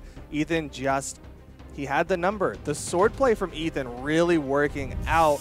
And I'm still a little nervous for Team South. Of course, I have to root for South, being a person who lives in the southern states of the United States, because Pierre's not the one going in, or sorry, Ethan's not the one going into Cosolix. If Ethan was the anchor for Team South, I'd have a little more confidence because Ethan looks like he knows the matchup. But it's going to be Pier, and Pierre's been playing the Lin Fei, and Lin Fei doesn't have a sword or a spear, so there's not that much he can take from watching how Ethan played against Cosolix. That's going to be a scary tiebreaker if we fall to that. Yeah, that's the very big question mark. We'll see if Pier is capable of doing that. But first, we're going to move into the 2v2, which is a best of 5 compared to the crew battle best of 3. So still, we got a lot more Brawlhalla coming for you right now. It is going to be Noel and Parallel from Team South against Pugsyxd and iThrowow from Team Canada.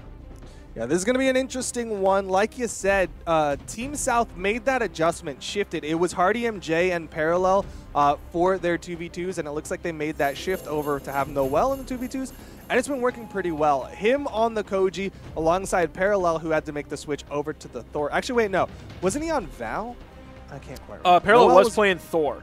Yeah, I know Parallel was on the Thor. Who was Noel on? Yeah, he was on Val. Yeah, he was okay, yeah. He has the Koji, but he was on the Val, which is a really good startup tool, right? It's a really good 2's character because she's got neutralites for days that they set up so incredibly well. You saw them have some showings of some team combo things that they can do.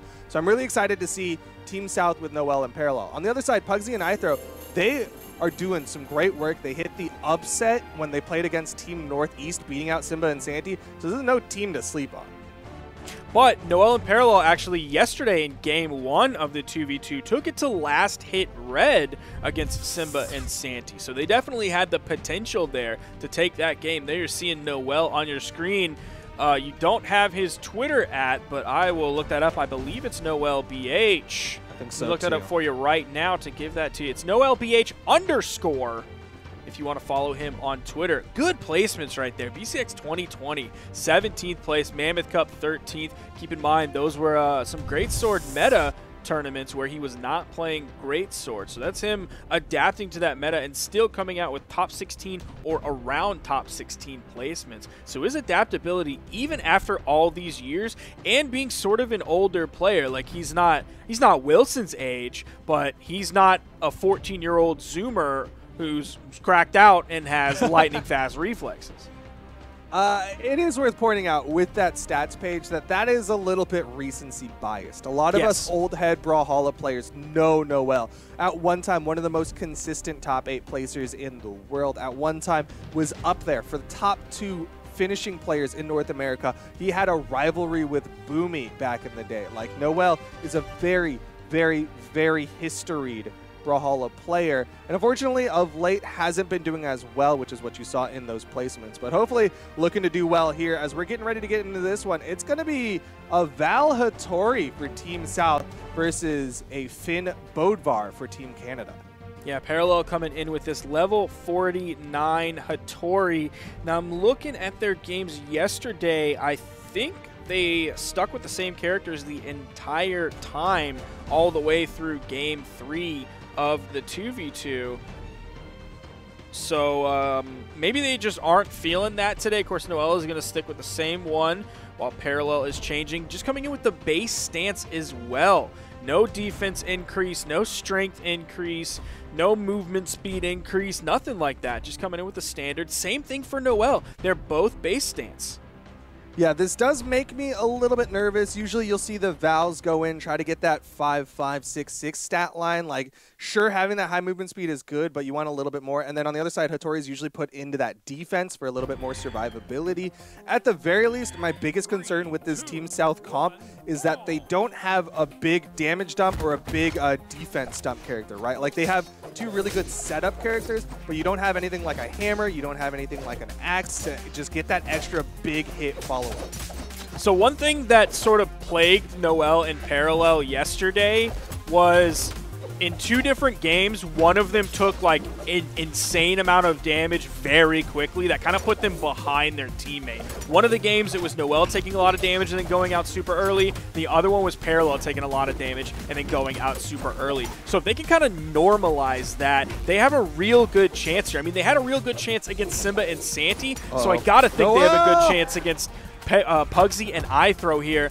Gonna fall reasonably early compared to everyone else, but not super early if they're able to sort of rein things back in control and start putting out that damage. Noel, with the attempted edgeguard situation, deals a little bit of damage there, gets back. Parallel's gonna take out iThrowow.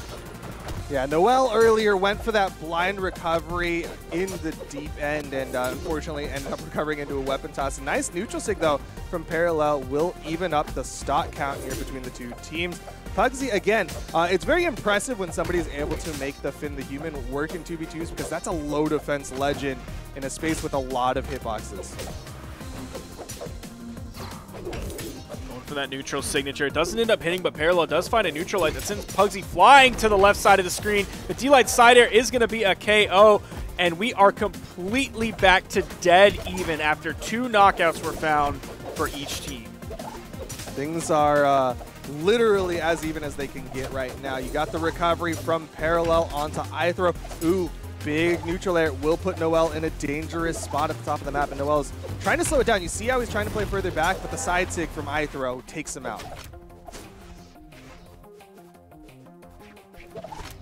Pugsyxd just kind of jumping and fast falling over on the right soft platform, then moves down through the main platform over to the left soft platform. Parallel looking for a KO on iThrowow. Back-to-back recovery is only the first one hit. GC side signature, really hoping to find a read there. The D-Light that would have led to the Sair or a recovery to KO is interrupted by Pugsyxd. They find a KO anyway.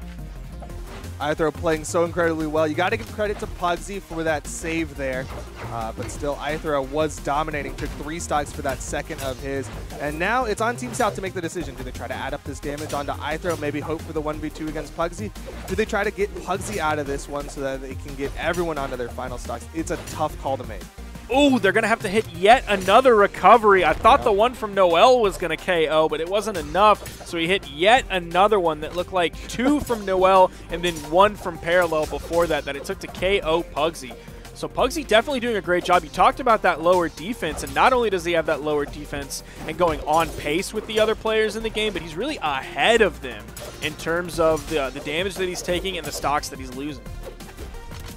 Pugsyxd's doing a really good job with the stock extension on this low defense ledge. Another recovery from Parallel. That's one thing that's working really well for Team South is that they're doing a lot of these recoveries from below. Those soft platforms can look safe, especially on Miami Dome, but man, if you've got a sword recovery from underneath, that can be real nice.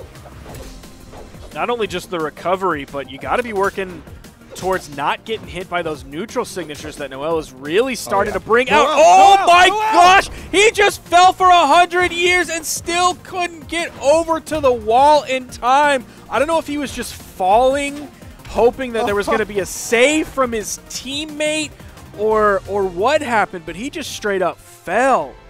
He thread the needle, but forgot to tie the knot, and unfortunately lost the sewing needle on that one. He just fell. He was just gone. And that was all she wrote. Game 1 goes the way of Team Canada. Again, Team Canada is playing for the tiebreaker. They have to win 2 more in this best-of-5 2v2 set. Otherwise, Team South is going to take the dub.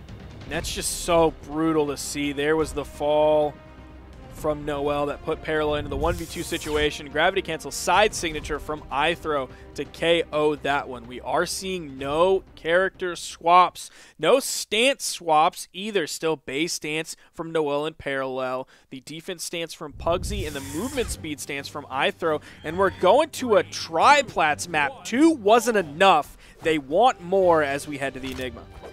It's interesting how much both of these teams apparently like these multi-platform maps. Generally speaking, North Americans like as few platforms as possible, but going to triplats and Miami, though, very interesting.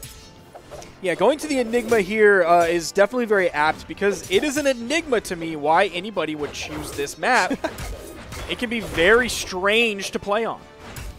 It is nice. Again, we were talking about those sword recoveries, but at the same time, Axe downline, really, really good on this map. Those soft platforms, again, they can feel safe. You want to land on them, and then something with a good anti-air just punishes you for it.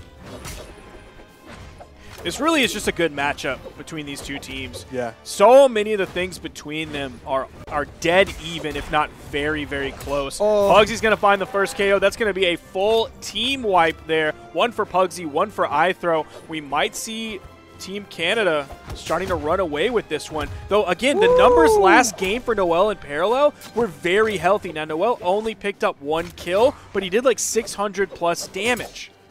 I will say with this team comp from Noel and Parallel, usually you're looking for a lot of handoffs. You're usually looking for a lot of back and forth. And that's not really what we're seeing from this team. Instead, it's been generally kind of like 2 1v1s with the occasional pass back.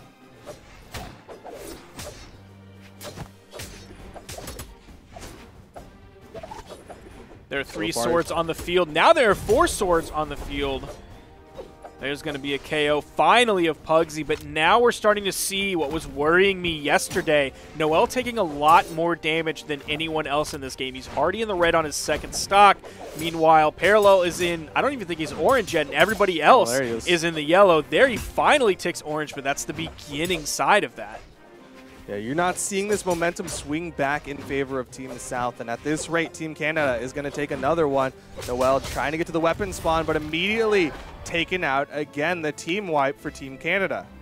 Now we're seeing from Pugsyxd and iThrow what we saw based on Week 1, Days 1 and 2. Noel goes in, trying to punish iThrow. But, man, they need a big swing. Team South needs to show their team combo potential. Otherwise, it's just going to be more trouble. Noel was looking for the big play on top. You saw him chasing iThrow so high into the air, hoping for the gauntlet recovery to KO off the top in orange, but he didn't have enough. You saw just there, just a little while ago, went for the D-Light Nair, and then opted for a side air read, just trying to shove iThrow off stage, trying to get a Gimp, but he's not finding the hits that he needs. Another side air, and Noel is gone. 4 stocks left for Team Canada.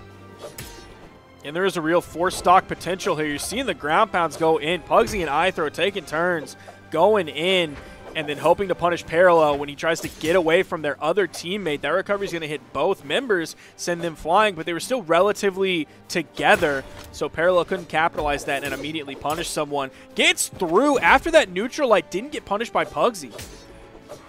Good chase dodge from Parallel. He's playing the 1v2. It's 1. Oh, no punish, but still the neutral light comes out. Clash out works out in Parallel's favor. Everyone on final stocks, but man, Parallel is going to play the 2v1 of his life. Deep red here in game number 2. Go for a hit, and then he kind of goes back over to the wall. That's his safe space right now. And you don't see Pugsyxd and iThrow going in as deep anymore. They're giving some respect to Parallel. They know that even though he's in red, anything can happen on the edge. You get caught in the wrong place, wrong time, but a recovery on the top platform. That was the wrong place at the wrong time for Parallel, or the right place at the right time for iThrow's recovery. That's a KO off the top. We see almost 500 damage from Parallel, 3 KOs. But again, Noel picked up 1 KO this time, but he only put out 299 damage. He was taken out of the game so early. Team South is struggling in this 2v2, and it's all coming down to game number 3. If Team Canada wins this one, we go to the tiebreaker. Otherwise, Team South still has a dog in the 2v2 fight. What is the swap going to be? Are we going to see Parallel go back to the Thor, Or is he like, hey, I'm doing my part with this Hattori. It's on Noel to make that adjustment. I don't know what the change is going to be, but it looks like Parallel's thinking long and hard about this one. Yeah, I don't know. You bring up the exact point. Is it's kind of the one that Noel is the one lagging behind. It's not like Parallel needs the hammer for the earlier KOs and the higher consistent kill options, because he's still picking up his 3. He's not getting 4, he's not getting 5 or 6, but he's still picking up his 3 for all intents and purposes. He's also the one that is surviving longer. He's taking less damage and he's taking it less quickly than Noel is. So it's kind of on Noel to step this one up. Parallel really thinking hard about this one. And he's coming in with the Jala pick. Level 47 to Pugsy's level 52 Finn. This is a big risk play coming out from Parallel. Again, Jala, one of the lower defense legends. And the fact that Parallel has played a Thor, a Hattori, and a Jala, like that defense is just going down. But if he still plays like he's got the movement speed of Hattori or like he's got the defense of a Thor, this could be trouble.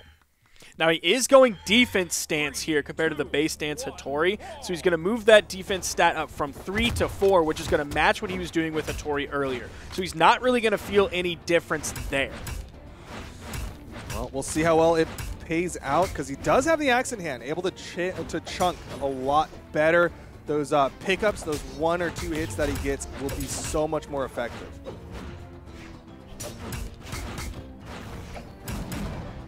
Nice neutral sig coming out from Parallel.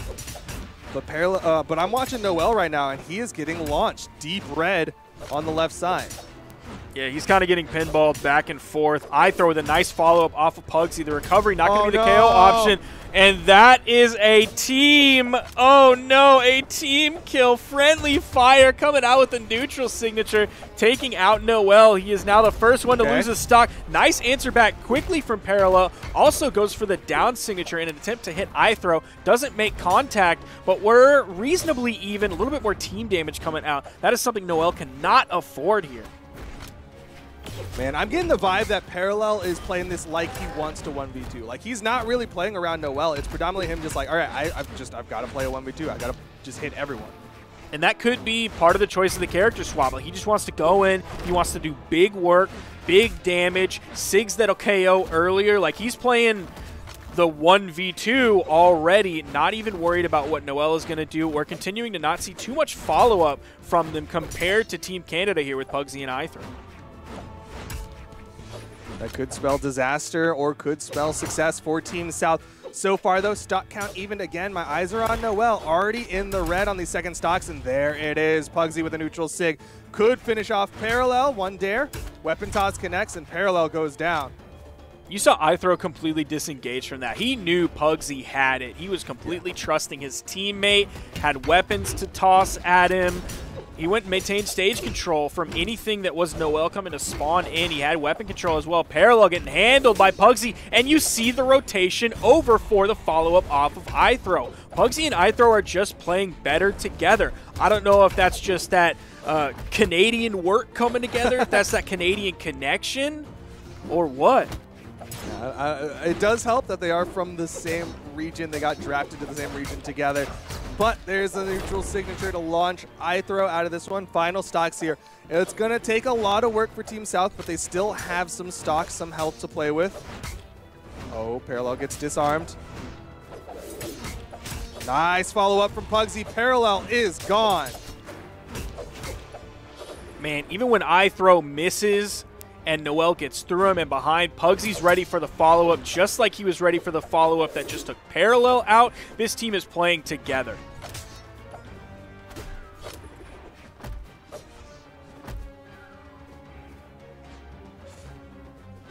Risky dodge there. Seeing the exclamation point come out, but there it is. Stomp side air, and Noel is gone. Team Canada going to win the 2v2s, and that means we're going to a tiebreaker. And even though Parallel was taken out early, he still picked up 2 KOs, which is going to match what Noel was able to come out with. He's going to hit 498 damage, which is over 100 damage more than Noel was able to do, given a longer time in the game. Noel only did 396, so that's a little bit rough. Now, Parallel did also hit a team accident, which is going to put them in a little bit of a rough spot here. But the 2v2 is over, and we are going to the tiebreaker, the question mark that we were all waiting for. Yep, here we go. It's going to be the tiebreaker, the best of 3 to determine who's going to win it out for Team South and Team Canada. Both of these teams have gone the entirety of the Pro Series so far without winning against another region, and it all comes down to their anchors. Is it going to be Pier, who's been doing all right in the crew battles, but we have not seen Pier fight against Cosolix? Or is it going to be Cosolix, who's been pretty historic in his 1v1 ability? I don't know who it's going to go to. Now, historically, Pier has a very unfavorable matchup throughout his career against Cosolix, but he does have 9 dexterity on his side compared to the 2 dexterity that Cosolix is coming out with. He takes a point out of that and puts it into movement speed. So he wants to be schmoovin' and groovin'. Meanwhile, Pier still has 6 movement speed as well. So there will be some good schmovement coming out from Pier too. I think the stats that kind of concern me just slightly more is that 3 strength of the Linfei going up against the 7 on the Macho Man Randy Savage. That is going to be where we might see Pier struggle, as he's like building up all this damage and he's hitting recoveries and they're just not leading to the knockout. Cosolix first one to pick up a weapon for the best of 3. Now, Small Brawlhaven will give Pier just a little bit of a break there. Those recoveries will kill a little bit earlier in red, mind you, compared to Cosolix having all that strength on Small Brawlhaven means his side airs KO in orange. He's going to be getting some quick kills, and he is so consistent at hitting those side airs. There's a down sig attempt from Cosolix. D-light side air, there you see, and one more of those, and we might see Pier gone already. Has Cosolix in the yellow. Nice weapon toss to maintain that pressure. Caught him jumping, and Cosolix going to take the first stock. He's only in the orange. 2 hits from the unarmed kit. Nice. That turned him red finally, that ground pound did. Neutral Light going to bounce him off the main platform. If he picks that up on the corner, that could be the KO option. Neutral Sig's coming out. Pier doesn't seem like a big downlight cannon player. No, he's not looking for a lot of those downlight nairs that we see from all the other cannon players out there. Instead, well, there's one, but instead he's generally been going for the N-Sig. Looks like he wants the Katars for the damage build up onto Cosolix. Just wants to juggle, delay that weapon spawn just a little bit. Recover, Cosolix able to pick it up. He's going to hit the big unarmed side heavy, the big duff, big fist coming towards Pier. Ooh. Trying to read the downward movement throughout the down signature. Cosolix gets the punish. Neutral Sig launches. That almost KO'd. One more hit. Yeah. That's straight up almost KO'd. He's in the beginning stages of orange. Now Pier is red. Side air, yep, that's going to KO him.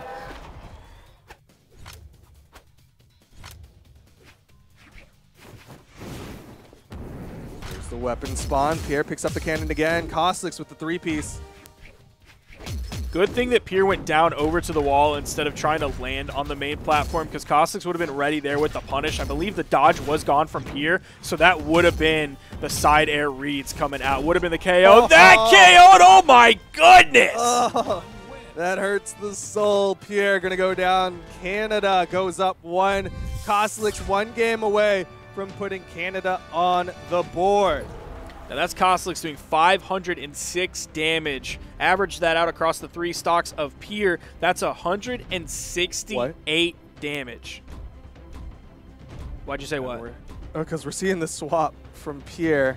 No longer a Linfei main. It is time for the Rayman from Pier. Interesting choice here. I didn't happen to catch the level, 57. but let me do, it was 57. Okay. 57. So good time on this. Yeah, we've seen the Rayman. I just wasn't expecting it at all with how much he's been playing Linfei throughout the entirety of the Pro Series. It kind of makes sense, right? Axe generally has a really good matchup into the Lance, so maybe that's what Pierre's going to be leaning on for this one. Now the Rayman is his 1, 2, 3, 4, 5, 6th most played legend in Brawlhalla. Oh, nice one. Okay, I like the GC. Oh, but the side air from Cosolix. Yeah, Pier had to play out there. That Lance has a lot of horizontal movement, so Pier had to try to finish it Nice three-piece, or two-piece. Didn't quite get that third one. Left out a chicken nugget for him.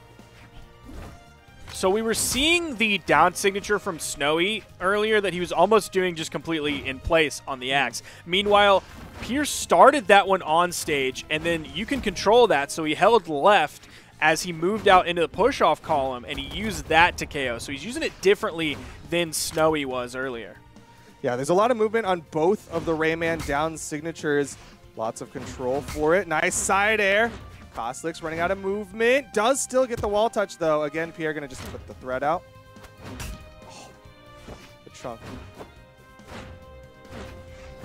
D-like grab out. Pier going to take the lead over Cosolix. Pier's Rayman is like 10 times, no, 100 times cheekier than his Lin Fei. Ooh. It's like his attitude completely changes and he becomes a Rayman player. He locks in, he hears the yeah, and he's like, all right, it's go time. Here comes Rayman. But Cosolix does get the stock evener, and we're coming down to second stocks here between Team Canada and Team South.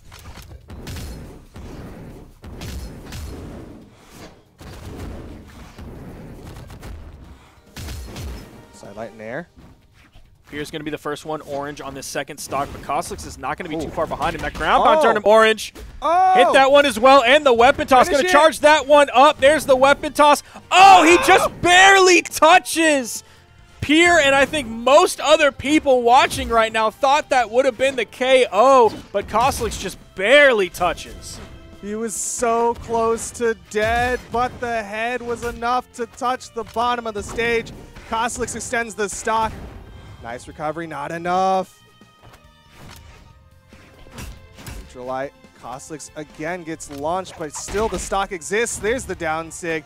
Pier needs a little bit of extra credit to get that hope he needs for the final stocks and potentially game 3 against Cosolix. He's hit 2 of those now on Cosolix. That's usually just something we see Rayman players throwing out over the corner just because, like, oh, you're playing Rayman? Yeah, you have gauntlets in hand? That's just what you just do that. That's how you play that character. But he's actually hitting them, and he's hitting them in unique and interesting places.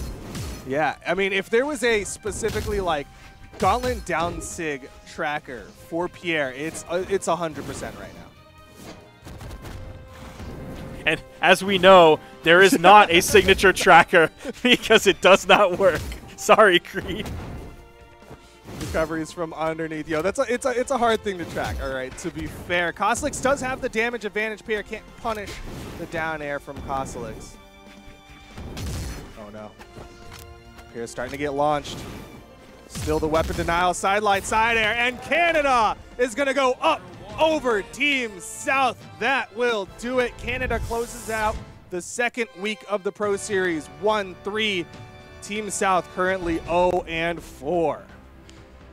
There you're seeing in these replays, like, Pier had a lead most of the game. He got the first stock. You almost saw him take that stock there. Pixel's difference, and I think the outcome of that game would have been in favor of Pier, except now on this final stock, Cosolix comes in clutch and takes it out. That final stock was a huge difference maker as Cosolix came out big. Yeah, and that is going to be huge, closing out our weekend of Pro Series action. Of course, we still have more Pro Series action next weekend, and there you're seeing the overall standings updated for what just happened. Team Northeast currently up 4-0. Right behind them is Midwest at 3-1. MDVA tied with the Midwest at 3-1. Team Canada and Team West tied 1-3, and Team South currently sitting at 0-4. Man, Team South, like a lot of schools down in the southern region, lagging behind a little bit. Yeah, unfortunately. But you know what? They have heart. I'm still loving watching Noel in parallel. I don't know if they are a regular 2v2 team because I can't remember really seeing them on stream recently.